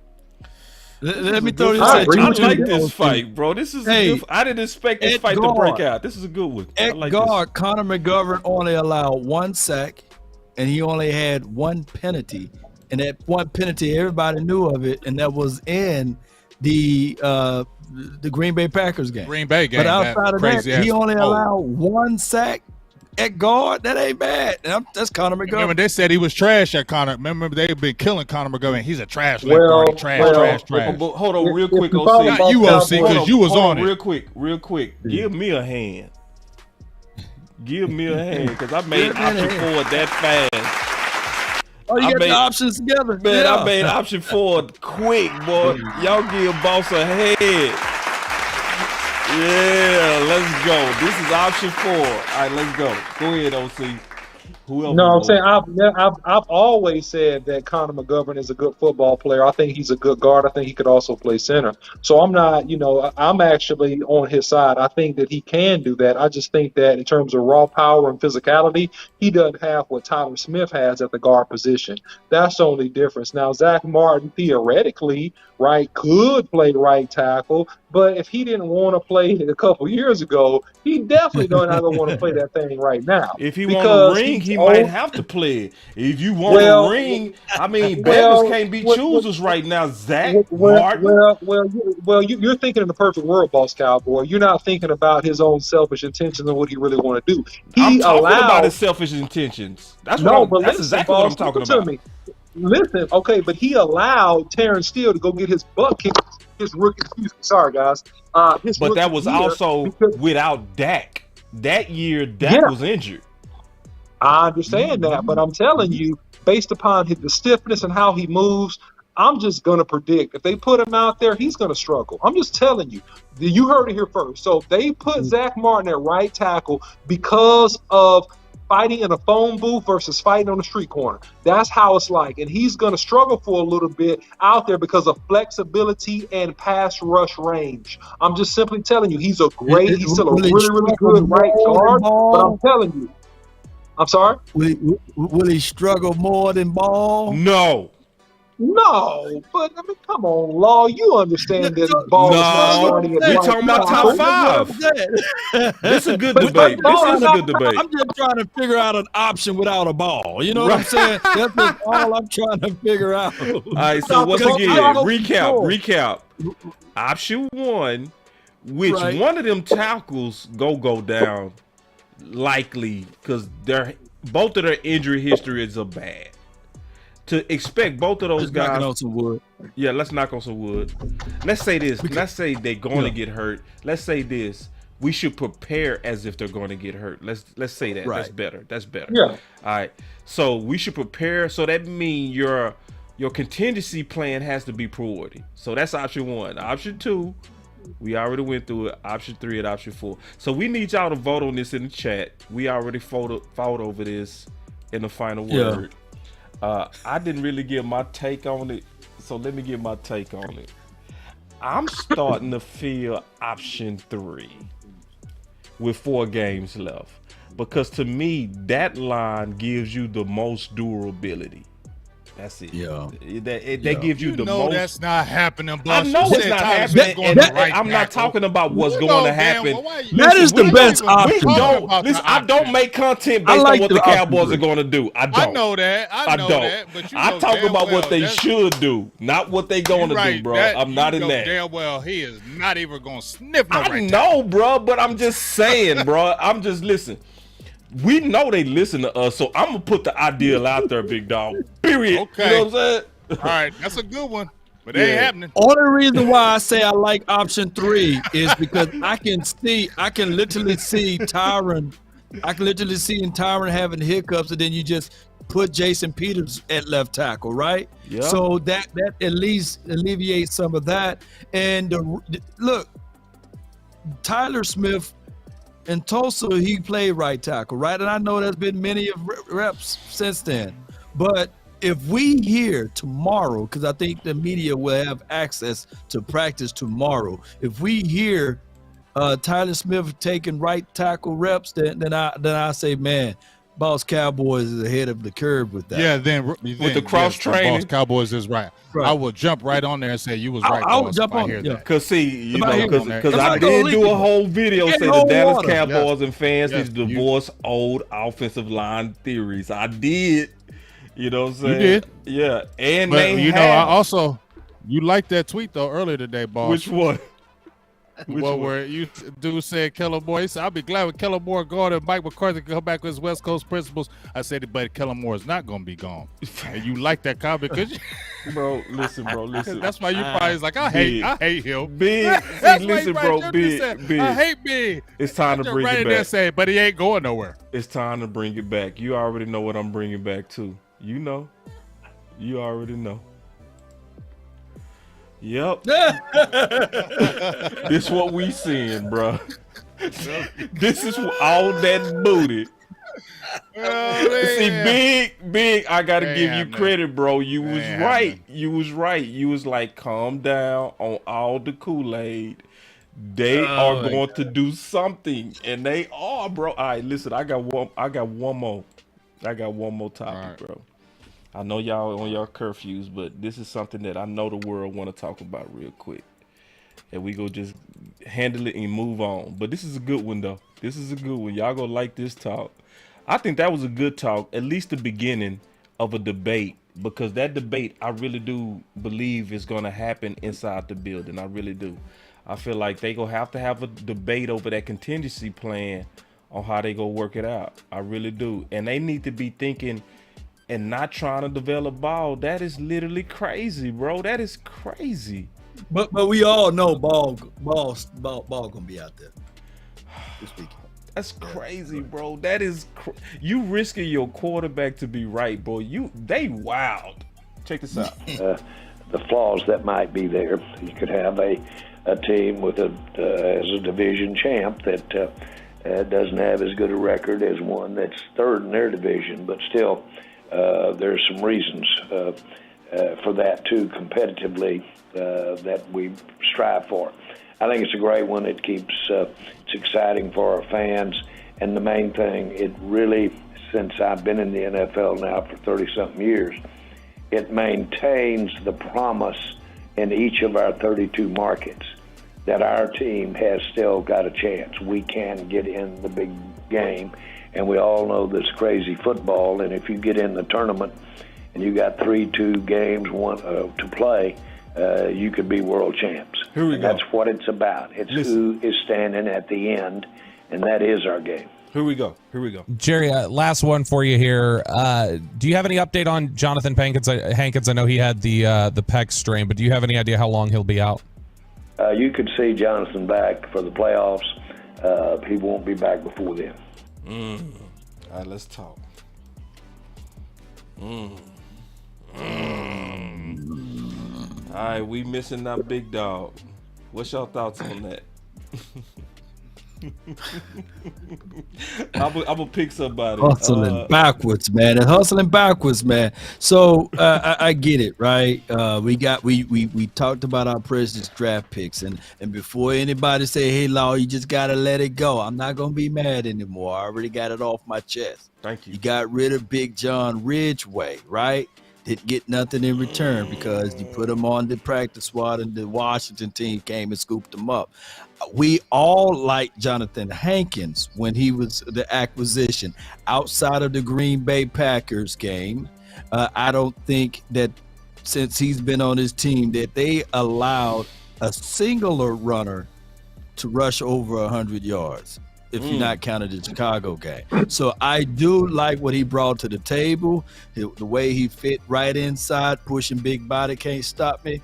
For the 9.5, you got to sell 1 million copies. I know it's for the 9.8, but I had to put 9.5 in there. So now we got my guy Big Bo. We do have Neville, Gallimore, and Osa.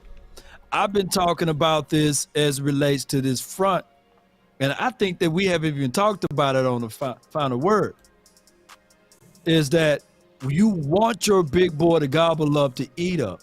But I blame, and I know this is a long talk, y'all, but I got to get this off.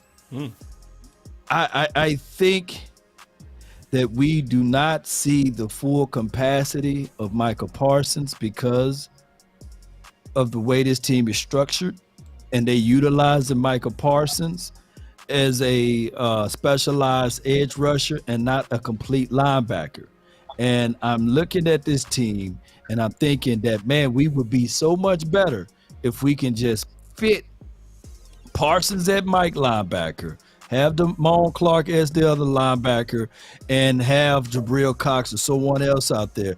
And I'm not dogging LVE, but if you have all of those things in place, I think that this would also alleviate some of the run issues that we got. And I'm not trying to get LVE out of there. I'm just calling it out. But you still need a big boy inside. But I know I'm all around everywhere. But y'all go ahead, man. I had to squeeze that one in there, though. OC.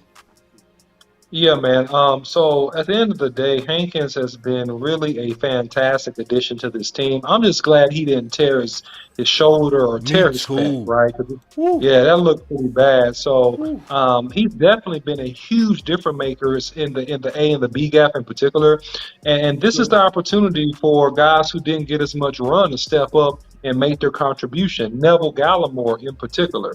Quinn Bohannon, he has to grow up and be very consistent and extremely physical. And he looks physical in spots, but I think he just gets tired quickly, and they kind of wear him down. So we're going to have to be stout on the inside some type of way. We're going to have to figure out if these guys can't play straight up, then we're going to have to do stunts and twists inside with the defensive tackles to mess up blocking double teams and things of that nature. So I hope he gets back in a hurry. This is an issue that the Cowboys have had for the last several years, and I hope this season they address it in the draft and they actually stick with a person that can come in and help the Cowboys in that A-gap. Real quick, before we go to you, Big, Mr. Dunn said Collins hasn't played, so how can we be confident in his option right now? Well, actually, him and Ball had the most reps in preseason out of all players. And on the final word, we broke down all of them side by side, play by play, and graded each one together. So it's really not about knowing that he has starting reps, which he also did have starting reps with Minnesota and Pitt. We dealing with a year 3 player, not a year 2 player like Ball. So we dealing with a year 3 player with experience. And all of us have done also research on that as well. So when you're looking at him at right tackle, it's not about him being just super good. It's about him being your best option. But go ahead, Big. I mean, y'all know how I felt about Hankins. I wanted him for years. Shout out to you on that too. For years. We did a show on that 2 years ago. I remember. Right. You feel me? Yep. So I'm frustrated. You brought him big to time. me. You brought him to me. You said, "Boss, go look up Hankins," and I did a breakdown because of you. That's a fact. And you see what he's done. I mean, he's made the impact stuff in that middle, even in that game before he got hurt with the Texans. He's doing what he's supposed to do, right?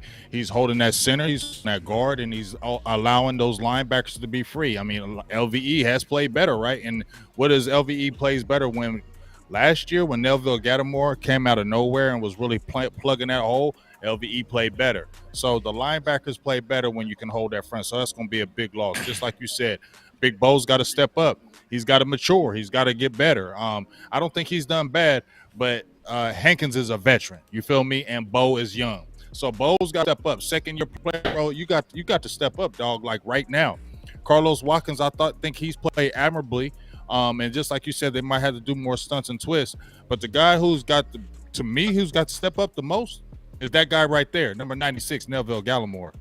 he's had a so-so career. And he was supposed to be one of the cornerstones, right? True. We all was pumping up Melville Gallimore as being that guy in the middle. He's going to be this and that. And he came in with reckless abandon after that injury last year, right? But he's just been so-so this year. And I know he's not the true 0-1 tech. He's more of the pass rushing D tackle. But he's going to have to sacrifice and probably suck it up a little bit, play that middle, and play it strong. Because right now he's reminding me of Collins. Remember Collins that we had, Malik Collins? Malik Collins, He's starting to remind me of Malik Collins a little bit. Start stuffing that middle. I know, right, and I know you don't probably like that position, but if you want another contract, because you're coming up in them contract years, you're gonna have to step up, dog. So I think the eyes to me are on Melville Gallimore more than anybody else. Bo for sure, but Melville Gallimore, he's a veteran. We need him to play out, lights out. And he's stepping his game up right now. That's somebody, to me, I got the bullseye on. So, my thoughts on this Jonathan Hankin things is a little bit backwards. And I want to get y'all thoughts on this. Well, maybe not, because y'all talk long. But I think, actually, him being out up into the playoffs is going to be a blessing. I think it's going to work for us. Because as I look at the pattern, it's almost like competition and the environment of competition has brought the best out of a lot of players. We saw all that Odell Beckham talk make Gallup and CeeDee Lamb step up. We saw Ferguson and the good blocking by the tight ends help Schultz game on his blocking, which we always hating on that before this year. I think, the impact of Jonathan is going to push Quentin and Neville and Watkins. I really do. And I've been seeing the last couple of games a turn up out of Neville as well as Bohanna. Matter of fact, I do not believe at all in PFF, but the person that had the highest grade this previous game was Quentin Bohanna on the whole D. You know what I'm saying? So it's one of those things to where I want Hamilton fresh for the playoffs. Because at this point, that's what I feel like we're preparing for, the playoffs and trying to win the division and win that race. But hey, if we got to go on the road, I want to go on the road with a healthy Jonathan Hankins. Yeah. True. So we got us a fat super chat from Coach Marv. Coach Marv, he giving them dollars. Let me take the super chat. He must really want this out. He say all the options of the may struggle if the game plan is going to go 5 wide with 40 drop back passes, even with ball. Yep. Now, even with ball, the correct game plan of a physical run, heavy play action, pass blocking, all O-line option will work. Yeah, so to his point, Coach Marv, going back to these options, I want to say something real quick too about Kellen Moore, and I'm gonna get right back off Kellen Moore. There is no way Kellen Moore can go into the rest of this season with T. Smith as your left tackle and Peters as your right tackle and throw the ball 40 times. All of us should be ready to storm the Capitol. For real. Bro, if you come out pass happy with those two tackles at their age, I don't care if we win, bro. If you know football, you should be upset. Very. Because Kellen Moore will prove without a shadow of a doubt that he's the most selfish mofo on the planet. Go ahead, Law. I can tell you itchy. No. I'm just saying that, this could be a blessing in disguise now, since they already came out and said that Josh Ball, his best tape is when they run the ball. So yeah. I mean, it could be a blessing, man. It could be, It could. Everything. God is really trying to push Kellen Moore to run the ball. He like Pharaoh, though, man. That dude like Pharaoh, dog. That dude. That's what it is. All right, we got some film sessions, bro. Got a couple of them. Yeah, we got a couple of them. All right. So On the film session, I promised that we was gonna get into effectively using the running backs. I also got a film session on LVE because he had a hell of a game. He did. And Well, matter of fact, he is my star player of the week. He should be. He's my star player of the week. Like I promised Amp, I said, bro, I'm not gonna believe stats because I don't believe stats. I gotta go check him out. And I checked him out, bro. His best game. He looked like rookie LV, which is a good sign. Straight up. And the timing could not be better. So check this out. So we gonna start off first with this run game real quick. And because to me, we still not effectively us using throwing into the running back smart. So here we go. The OC. The film breakdown.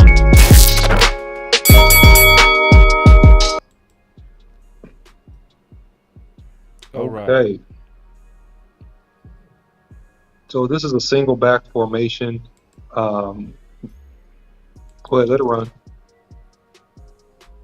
And so, you just have a real simple out route by the running back coming out of the backfield. He stutter steps as if he's going to step up and block, and then he comes out of the backfield. So that's fine. That actually holds the linebacker a little bit.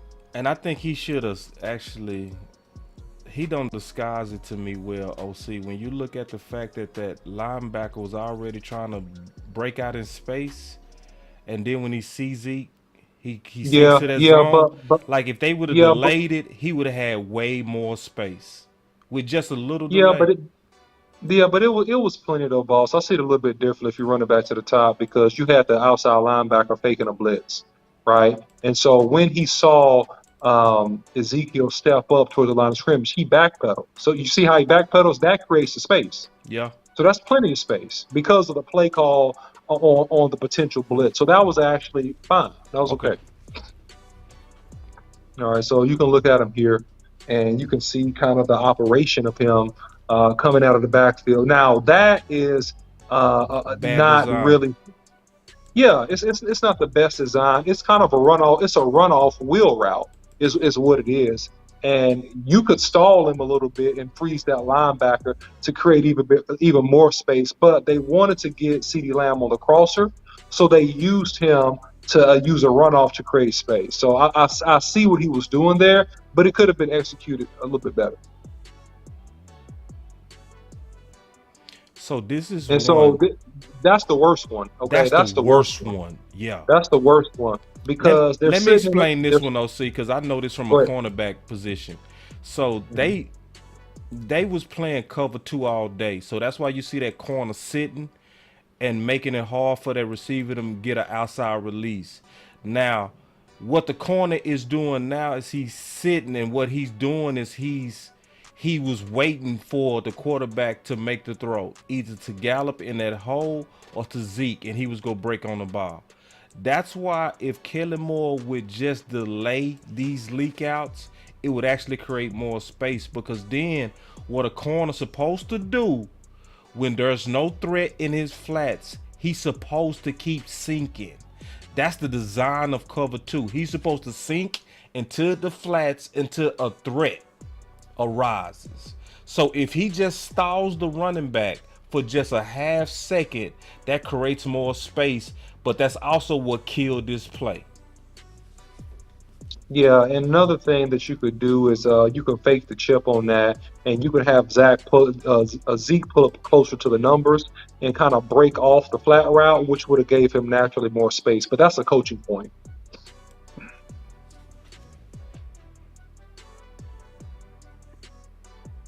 Now, showing this leak out, this is an opportunity leak out, where basically, obviously, the ball didn't go to that leak out, but we showing that if sometimes you have your running backs sit back as if they're blocking, then leak out, it creates massive space. So just watch. What if he would have threw that to Pollard right here? Yeah, well, the chip and release in between the guard and the tackle actually hides him.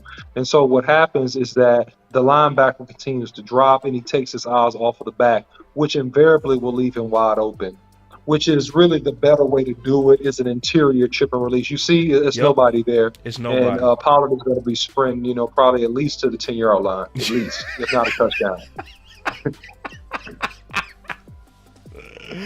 I'm not mad at that big play, but what we're trying to show is that we still not creative enough at throwing to the running backs.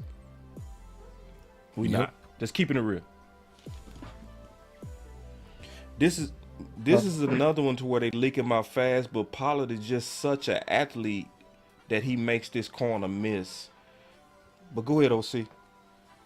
No, man. I mean, this is a design swing route. Now, CD could get you a block here. He doesn't really get you a block.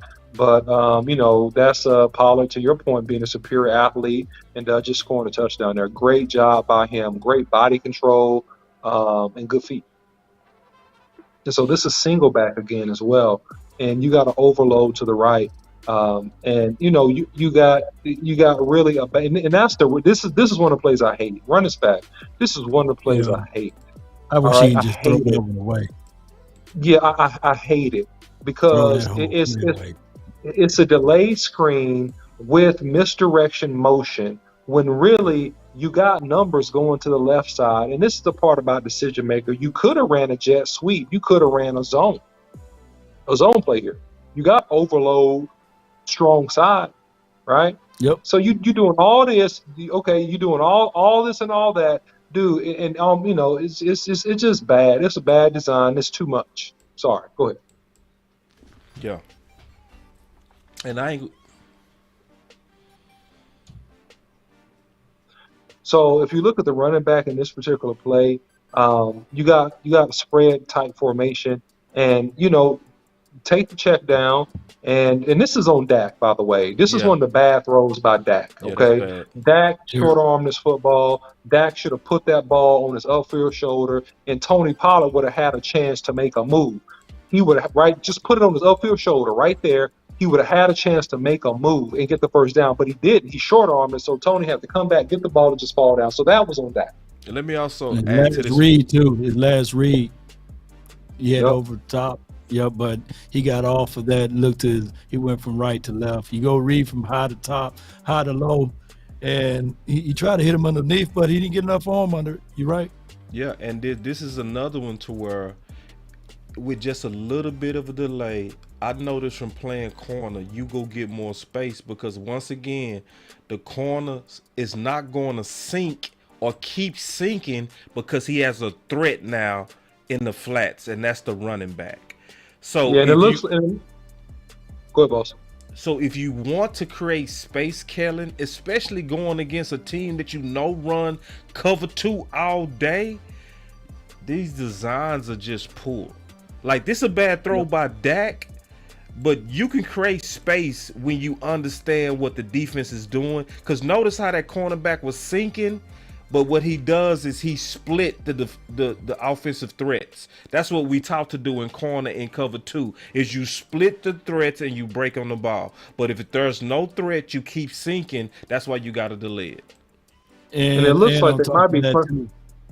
No. I was just going to say, in just the principles of cover 2, the weaknesses are seams, your post, so your post routes too, and they giving you underneath. And the Cowboys should know that. Dak should know that. He should prepare himself after he goes through his reads that he got his underneath that's available for him, regardless, because it's cover 2.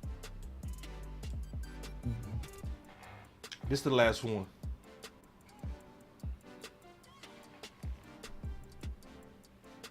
Yeah. So yeah. Yeah. And it's just design, right? And it's like he's telling them, hey, man, leak out of the backfield, but he's not being purposeful on giving him a wheel route, giving him a out route, giving him a wide a swing route, right? Those are all different routes, right? A wheel is different than a swing is different than an out route, and he's just leaking out, meandering without a understanding of where the defender is. And that's why I said sometimes, no offense, But we call plays based upon a system and not based upon a scheme. Because if you really scheming, then you're really going to make that back go to where the open space is. And so you see a little bit of improvement area for us on that, for sure. All right, so we got one more film session, Law. You ready? Yep.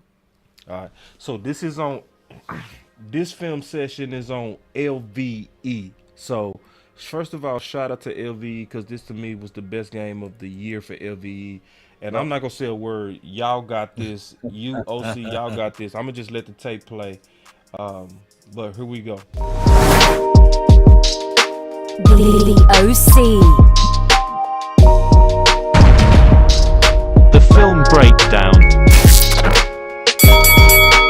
All right, let's go.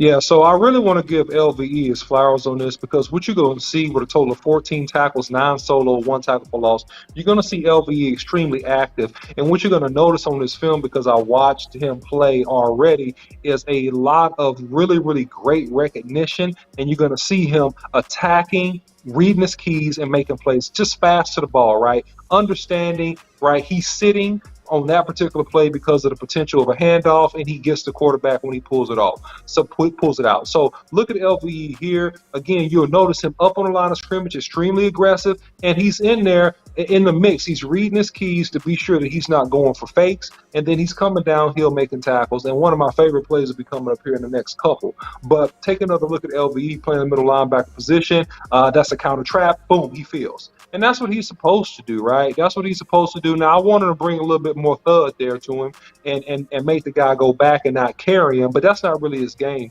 But what he does do is he does see the counter trap. When you see counter trap, you shoot it play side, and boom, you come down in there. Now he kind of got pushed on his butt a little bit, but hey, man, he's where he needs to be. Okay, so take another look at LVE here playing him in the linebacker position. And this was a very, very physical game because the Texans were running downhill at the Cowboys all day long. And so there he is again. Good job, right? Not going for the pull and attacking the quarterback, but he tacked the running back who got the handoff. So that was really good recognition by LVE. And so LVE, I love this. Look how he runs me, baby. That's vintage LVE. Love it. That's vintage LVE. LVE sprints underneath the block, and he makes that tackle, man. That's a great job by LVE. One of his best plays. Yes, indeed. All right, so reading his keys and great recognition, LV. Look at that, and that's study. You see that? That's study. He beat 33 to that spot too. Go back to that one, and you'll see that he beat 33 to that spot, and that's the LVE. That's the linebacker that you want, and coming down and fill from hook to flat there to make that tackle, man. That's remarkable. Shout out to LVE on that. Shout out, man, for real.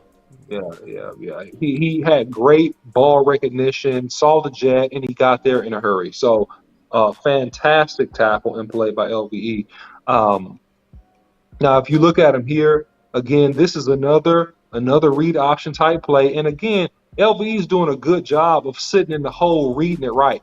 He's not getting faked out by the fake of the quarterback pulling and acting like he has the ball. He's reading, he's seeing the handoff, and he's playing really with a lot of discipline. Boom, right there. That's one of my favorite plays right there. Running downhill, taking his legs out. Great job, LVE, attacking the LOS. Attack the line of scrimmage. Right here. Attack. Here we go. Good job. Good job, LVE. Get him on the ground. Good job. Can I say something right quick? Go ahead, Big. Yeah. The thing I noticed about LVE, the thing that had bothered me about him, how he was late anticipating, or when they were coming down, when he would be coming downhill, when they would run out jet sweeps, when they would sweep the ball, he would hesitate. The thing I noticed out here, how he was, if you notice linebackers, especially, they like you to stay on their toes. They want you to be jumping and be anticipating where the play is going. This game, I seen him jumping up a lot at the line of scrimmage like he was waiting for the play. He was anticipating the play. I haven't seen that from LVE now. And I noticed, I don't know green dot or anything like that, but I seen him doing a lot of the calls right there. So maybe that made him feel a little good too, where he's making calls. He feels more involved in the game, and maybe that gets him a little bit more excited. But we seen the last 2, maybe 3 games LVE has stepped up. But Jonathan Hankins, I believe, has helped that, with being able to protect him and him be able to attack. But I just feel like there's been some liveliness. I've been seeing LVE been really jumping around. He's been real enthusiastic. So I don't know what's really happened. But let him keep it up because we're going to need that in the stretch run, especially against these next 4 teams. And just to piggyback off of what you said there, he didn't practice all that week. He had illness. So whatever he was ill of, can he get it again and play like that this weekend? Because, man, I like this LVE. Man, and let me give, since we all kind of giving a little bit of commentary, let me give a little bit of commentary. This also should be evidence that the final word don't hate on players. We just hate on play. Big facts. That's what people need to realize is that if you play good, we gonna give you credit just as aggressive as we was giving you the business. That's the main thing I want y'all to see. And that's what I would want people to do. Call it out when you see it, but also give credit when you see them turn the corner. I mean, that's what make good coaches, right? We've all played the game. We've all coached. I mean, we've had some kind of facet of that. What is that? That, to me, makes you a great player and makes you a great type coach. When you can understand, like we are doing on the final word. We don't sit there and say, oh, no, it don't matter. Hey, no. He'll never be. Sorry. Nah. Go on my video. My last video. I just gave DeMarcus Lawrence all kind of flowers. Oh, yes, my God. I did. Oh, go on the video. Go listen to that video. I gave him all kind of flowers. I'm still going to get my $50 holla. That's for damn sure. That's for damn sure. We're still getting paid, OC. Still getting paid. You've been playing your ass off, D-Law. Been playing your ass off, but you ain't getting them stacks, and I need to get my money. Hey, let's finish this film session. Let's finish this film session, dog. Let's finish this film session. You got to come up with 6. Can we finish the film session? Okay. Oh, y'all gonna troll me and we gonna get back to the film. Y'all know y'all messing up this pre-recorded video, man. Come on now. Get the film, baby. All right, let's go to the film. God, dog. No, but LVE really did a good job running downhill, recognizing his keys as a linebacker, right? So if you notice, anytime that he saw action, right, straight ahead action, you see him stepping up the field, right? He's recognizing the straight ahead isolation plays. Even on that play, that was an ISO play. He's stepping up the field. Notice how LVE reads his keys, and I haven't talked about this, but I'll get into this a little bit more since we kind of going through it here. Notice how he's reading the run keys. Okay, very good. He drops where he needs to drop. Here he is, and look at the look at the speed. Look at the speed. Look at the speed to get to the corner. Look at the speed. So great and job. when he says by reading his keys, you know, linebackers slow until you know. And we was talking about with LVE, when will he know? And now we're seeing him on tape. He's reading his keys, what the OC just pointed out. But then he sees the ball, he flies, rally, and chase, and he's not anticipating. He's going straight to it, and that is what you want out of your linebacker. Blood in the water, being a shark and attacking. I love it. Love it. Hey, Law. Just to your point, when you're talking about the linebacker situation, I know where you read about what Michael Parsons said about playing on that line of scrimmage, right? Where he was talking about, when he played trench, he said trench warfare is a lot different. He said when he played linebacker, he was a lot more fresh. Now he's playing on that edge. He said he's a lot more tired.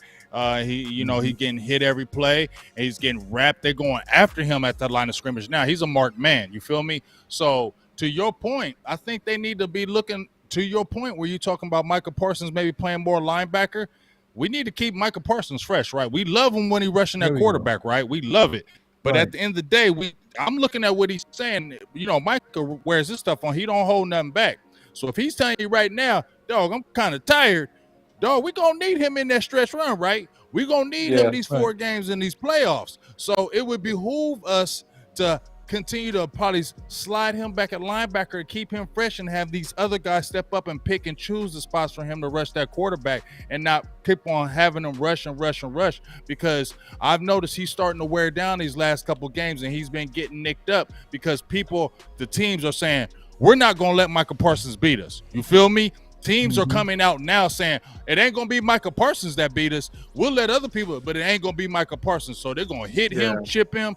And if he's saying this on Twitter, you don't think these coaches and stuff are listening to that on Twitter? Oh, he getting tired, getting hit at the line of scrimmage. Oh, let's attack him with that tight end and running back and keep hitting him. Yeah, that's why they talk so much on Twitter. Stop talking so much on Twitter, Micah. Shush. He 30 to 45 pounds light. He 30 to 45 pounds light, than the edge rusher. You see what I'm saying? Y'all go Google how big D-Law is and Sam and how they can absorb some of that. Yeah. Right. So Parsons being light like he is. And Parsons strong. We're not taking that away from him. But size and size matter. So that's why I was saying all of that. And see, listen, man, we ain't gonna never finish this. I quit on trying to finish the film session, but listen, I'm so sorry, boss. No, it's all good. I quit. I quit. No, I quit. But no, y'all I didn't mean to. No, it's okay. Y'all turned to a very important subject that I'm glad that y'all segued to. Coach Marv called me before we went live, and we talked about this for about 30 minutes. The one-dimensional nature that Quinn is using Michael Parsons is really, truly not ideal. So, if from this standpoint, like the physical damage that he's taking, that's one, and y'all brought that up, but it's also the schematic disadvantage that we don't have anymore when we're not moving them around. Because if you was moving them to middle linebacker where the whole offense had to account whether he was on the left, the middle, or the right, that just creates chaos on the offense. When you single him to a pass rusher only on one side, then it takes away the confusion and it allows them to target him. So, like, Quinn, like, pick it up. And it might not be Quinn, because I told Coach Marv this. I said, Quinn said this. Like, Quinn knows everything that we said. I heard him say this multiple times on the advantage of moving him around and attacking with him. Could this be coming from front office? Because Quinn, I don't know, bro, but I agree with y'all. Can we finish this film session, please? Jesus Christ. Go ahead. But anyway, there we go. All right. Let me see. That ain't nothing. That's a tap tackle. That's a tap. He's still showing that he got there. Yeah, that's a tap. He's still showing that he got there. On the stat sheet, that counted as a tackle. I want y'all to know that. Yep. And so, he played through that goes the whistle. Physical. Slam. He drops down the hash, and he steps up and makes a tackle when they dump it off to the running back. So that's just him playing fundamentally sound, basic football. And now look at the fake handoff, and the handoff actually there, and then the fake pull out by the QB, and he's there to field. So he's doing just a really, really good job on this game of just having gap integrity, playing with a lot of discipline, and reading his keys appropriately, running downhill, and making a lot of tackles, which is what he did. And the Lunatic, good to see you, bro. It's good to see you, the Lunatic. It's always I love you in terms of the Cowboy Nation, man. It's just always good to see you in the building, and just we all know you and we appreciate you. And clap it up for this comment from the Lunatic.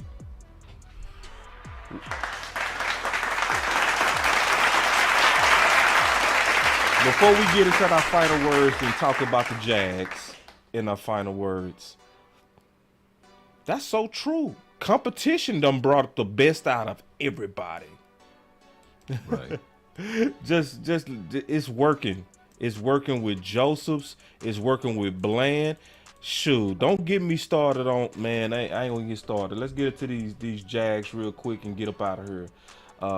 Because a lot of people want to kind of hear our commentary on the Jags. So let's go around the circle with these Jags, and then we can give our final words, so we can do it all together. I don't care how we do it.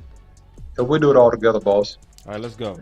So you want to kick it off with the Jags? Yeah, I'll kick it off, man. So the Jags are a team, man, that have shown signs of life. They got some good talent. They got some good players. And so they're a younger team, and they go come and they're going to try to battle the Cowboys to try to take the next step as a team to be a respected team in the league.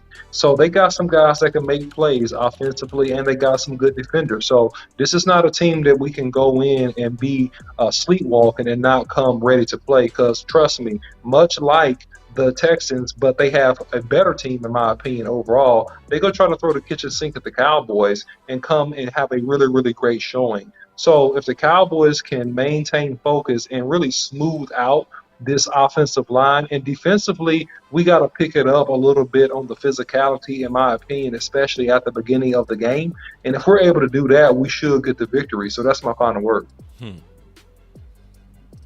So my final word on these Jags is they are playing for purpose. They still trying to win the division. That makes them dangerous. So, and we seem to have an identity issue to where, because of Kellen Moore, who knows who's gonna show up? Are we gonna come out passing again, or we gonna come out trying to establish the run game? And y'all did a good job of already explaining that they have a really good D too, and they starting to kind of get in rhythm. Low key, they starting to kind of find some confidence. So when I look at Jags, I feel like this is the dangerous game again. This is not an opponent to sleep on, especially if we go play how we played the Texans. We could walk out of there with a Lola if we're not careful. But if we play within ourselves and play Dallas Cowboy football, we go walk them Jags like we should walk anybody. That's my final word. My final word is this. This is the 4-game stretch I've been talking about. These 4 teams were this was like playoff atmosphere, and it starts right here with the Jags. Agreeing with all you guys, they have a good team. They're still in contention. They're second in the AFC South, so they're still trying to get to the playoffs. They got a good coach. Doug Peterson knows about the Cowboys. He knows about the history, so he knows how to deal with us. And this is a team that, honestly, we have to get on these guys early, stomp them out early. This has to be a team you must stomp out early because Trevor Lawrence is starting to get confidence about themselves. They're starting to say he's the number 1 draft pick that they've been touting. So you don't want them to get any kind of confidence, and this is going to be at home for them. So they're going to be rushes, and the Jags really want to beat us. And you don't think that those Jaguars looked at that Texans game and said, you know what, they struggle against the Texans, we can beat them, and we're at home. So they're already going to have that confidence feeling that they're going to beat us. So Dallas has to come in at the very beginning and stomp these boys out, please. And this is a Kellen Moore game. I ain't gonna lie. I don't hate him on him like y'all do, but this is a game that he must call a good played. He must call a good played game, because if he doesn't, this can cost the Cowboys.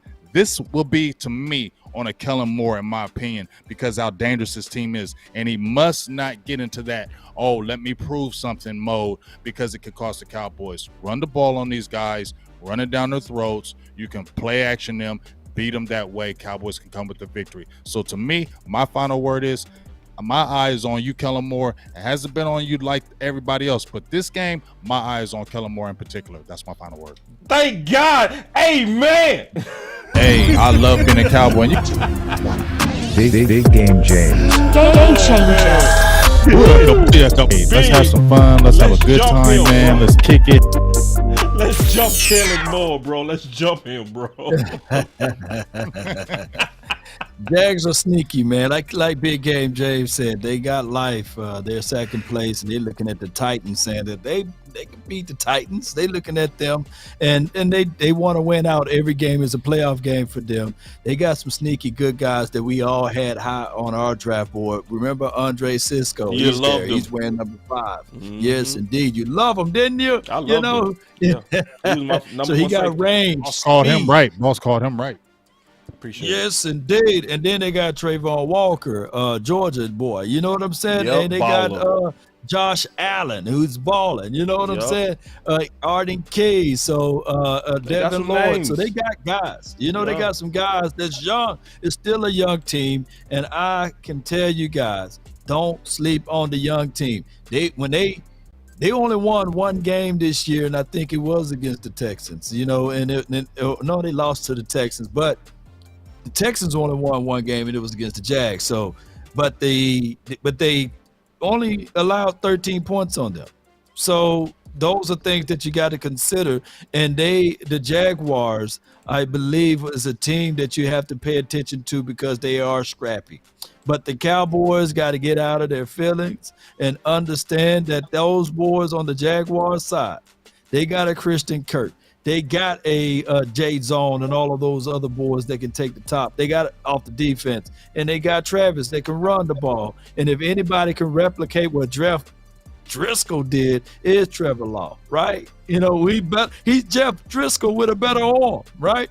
So the Cowboys just got to be prepared. I think we can be victorious if we stick to the philosophy and the formula. Run the ball, run to open up the pass, do those things. And especially since she got Josh Ball on our side, run the ball. You know, if that's what he's good at, then you run the ball because we know the political warfare of football is amongst us. And they're going to play musical chairs with this. And I already think in the mind that they're going to use Jason Peters on pass and then they're going to use Josh Ball on running. I know how the Cowboys operate. We know how this goes. And this should be a game that Tyron Smith get that one little booger bat out of him so he can be ready for the following week against those Eagles. So let's go, Cowboy Nation. Let's get this victory. But we got to stick to our principle and our philosophy and formula. That's been my time. I thank y'all for yours. That was the final word. And I just realized we hit 5K. We just hit 5K. Yeah! So we appreciate y'all, man. That was the final word. Listen, this 5K, y'all put 5K in the chat, man. This was the best way to do it on the final word. We hit 5K on the final word. I'm cool with that. I'd rather do it with my homies. Real talk. Yes, indeed. Correct. It's Jason Peters did start. They said they're going to rotate that man. Jerry Jones' mouth. I've been really in the field. Let's go, 5K! 5K! Now I gotta get like baby. To 100. Now my next goal is 100,000. Let's get it, man. Let's get it. We can try tomorrow, man. Let's grind, bro. Let's keep grinding, bro. It's all about the grind. We love this. Let's get it, man. Final word. Lately, I just wanna y'all the best, man. I appreciate y'all. OG, big game, all Cowboy Sports, man. I appreciate that, big dog. Y'all the best. Hey, and I love it. I look forward to Tuesday. It's my favorite day. I ain't even lying. That's it, man. They get mad when we don't go live now. I know. They get mad. Facts. Yeah, I get texts. Yeah, man. I love it. Yeah. Yeah, man. Good show, man. Good chemistry. Good knowledge. Honest commentary and real debates. Nothing fake. I've been really in the field. Run it up. I just wanna run it up.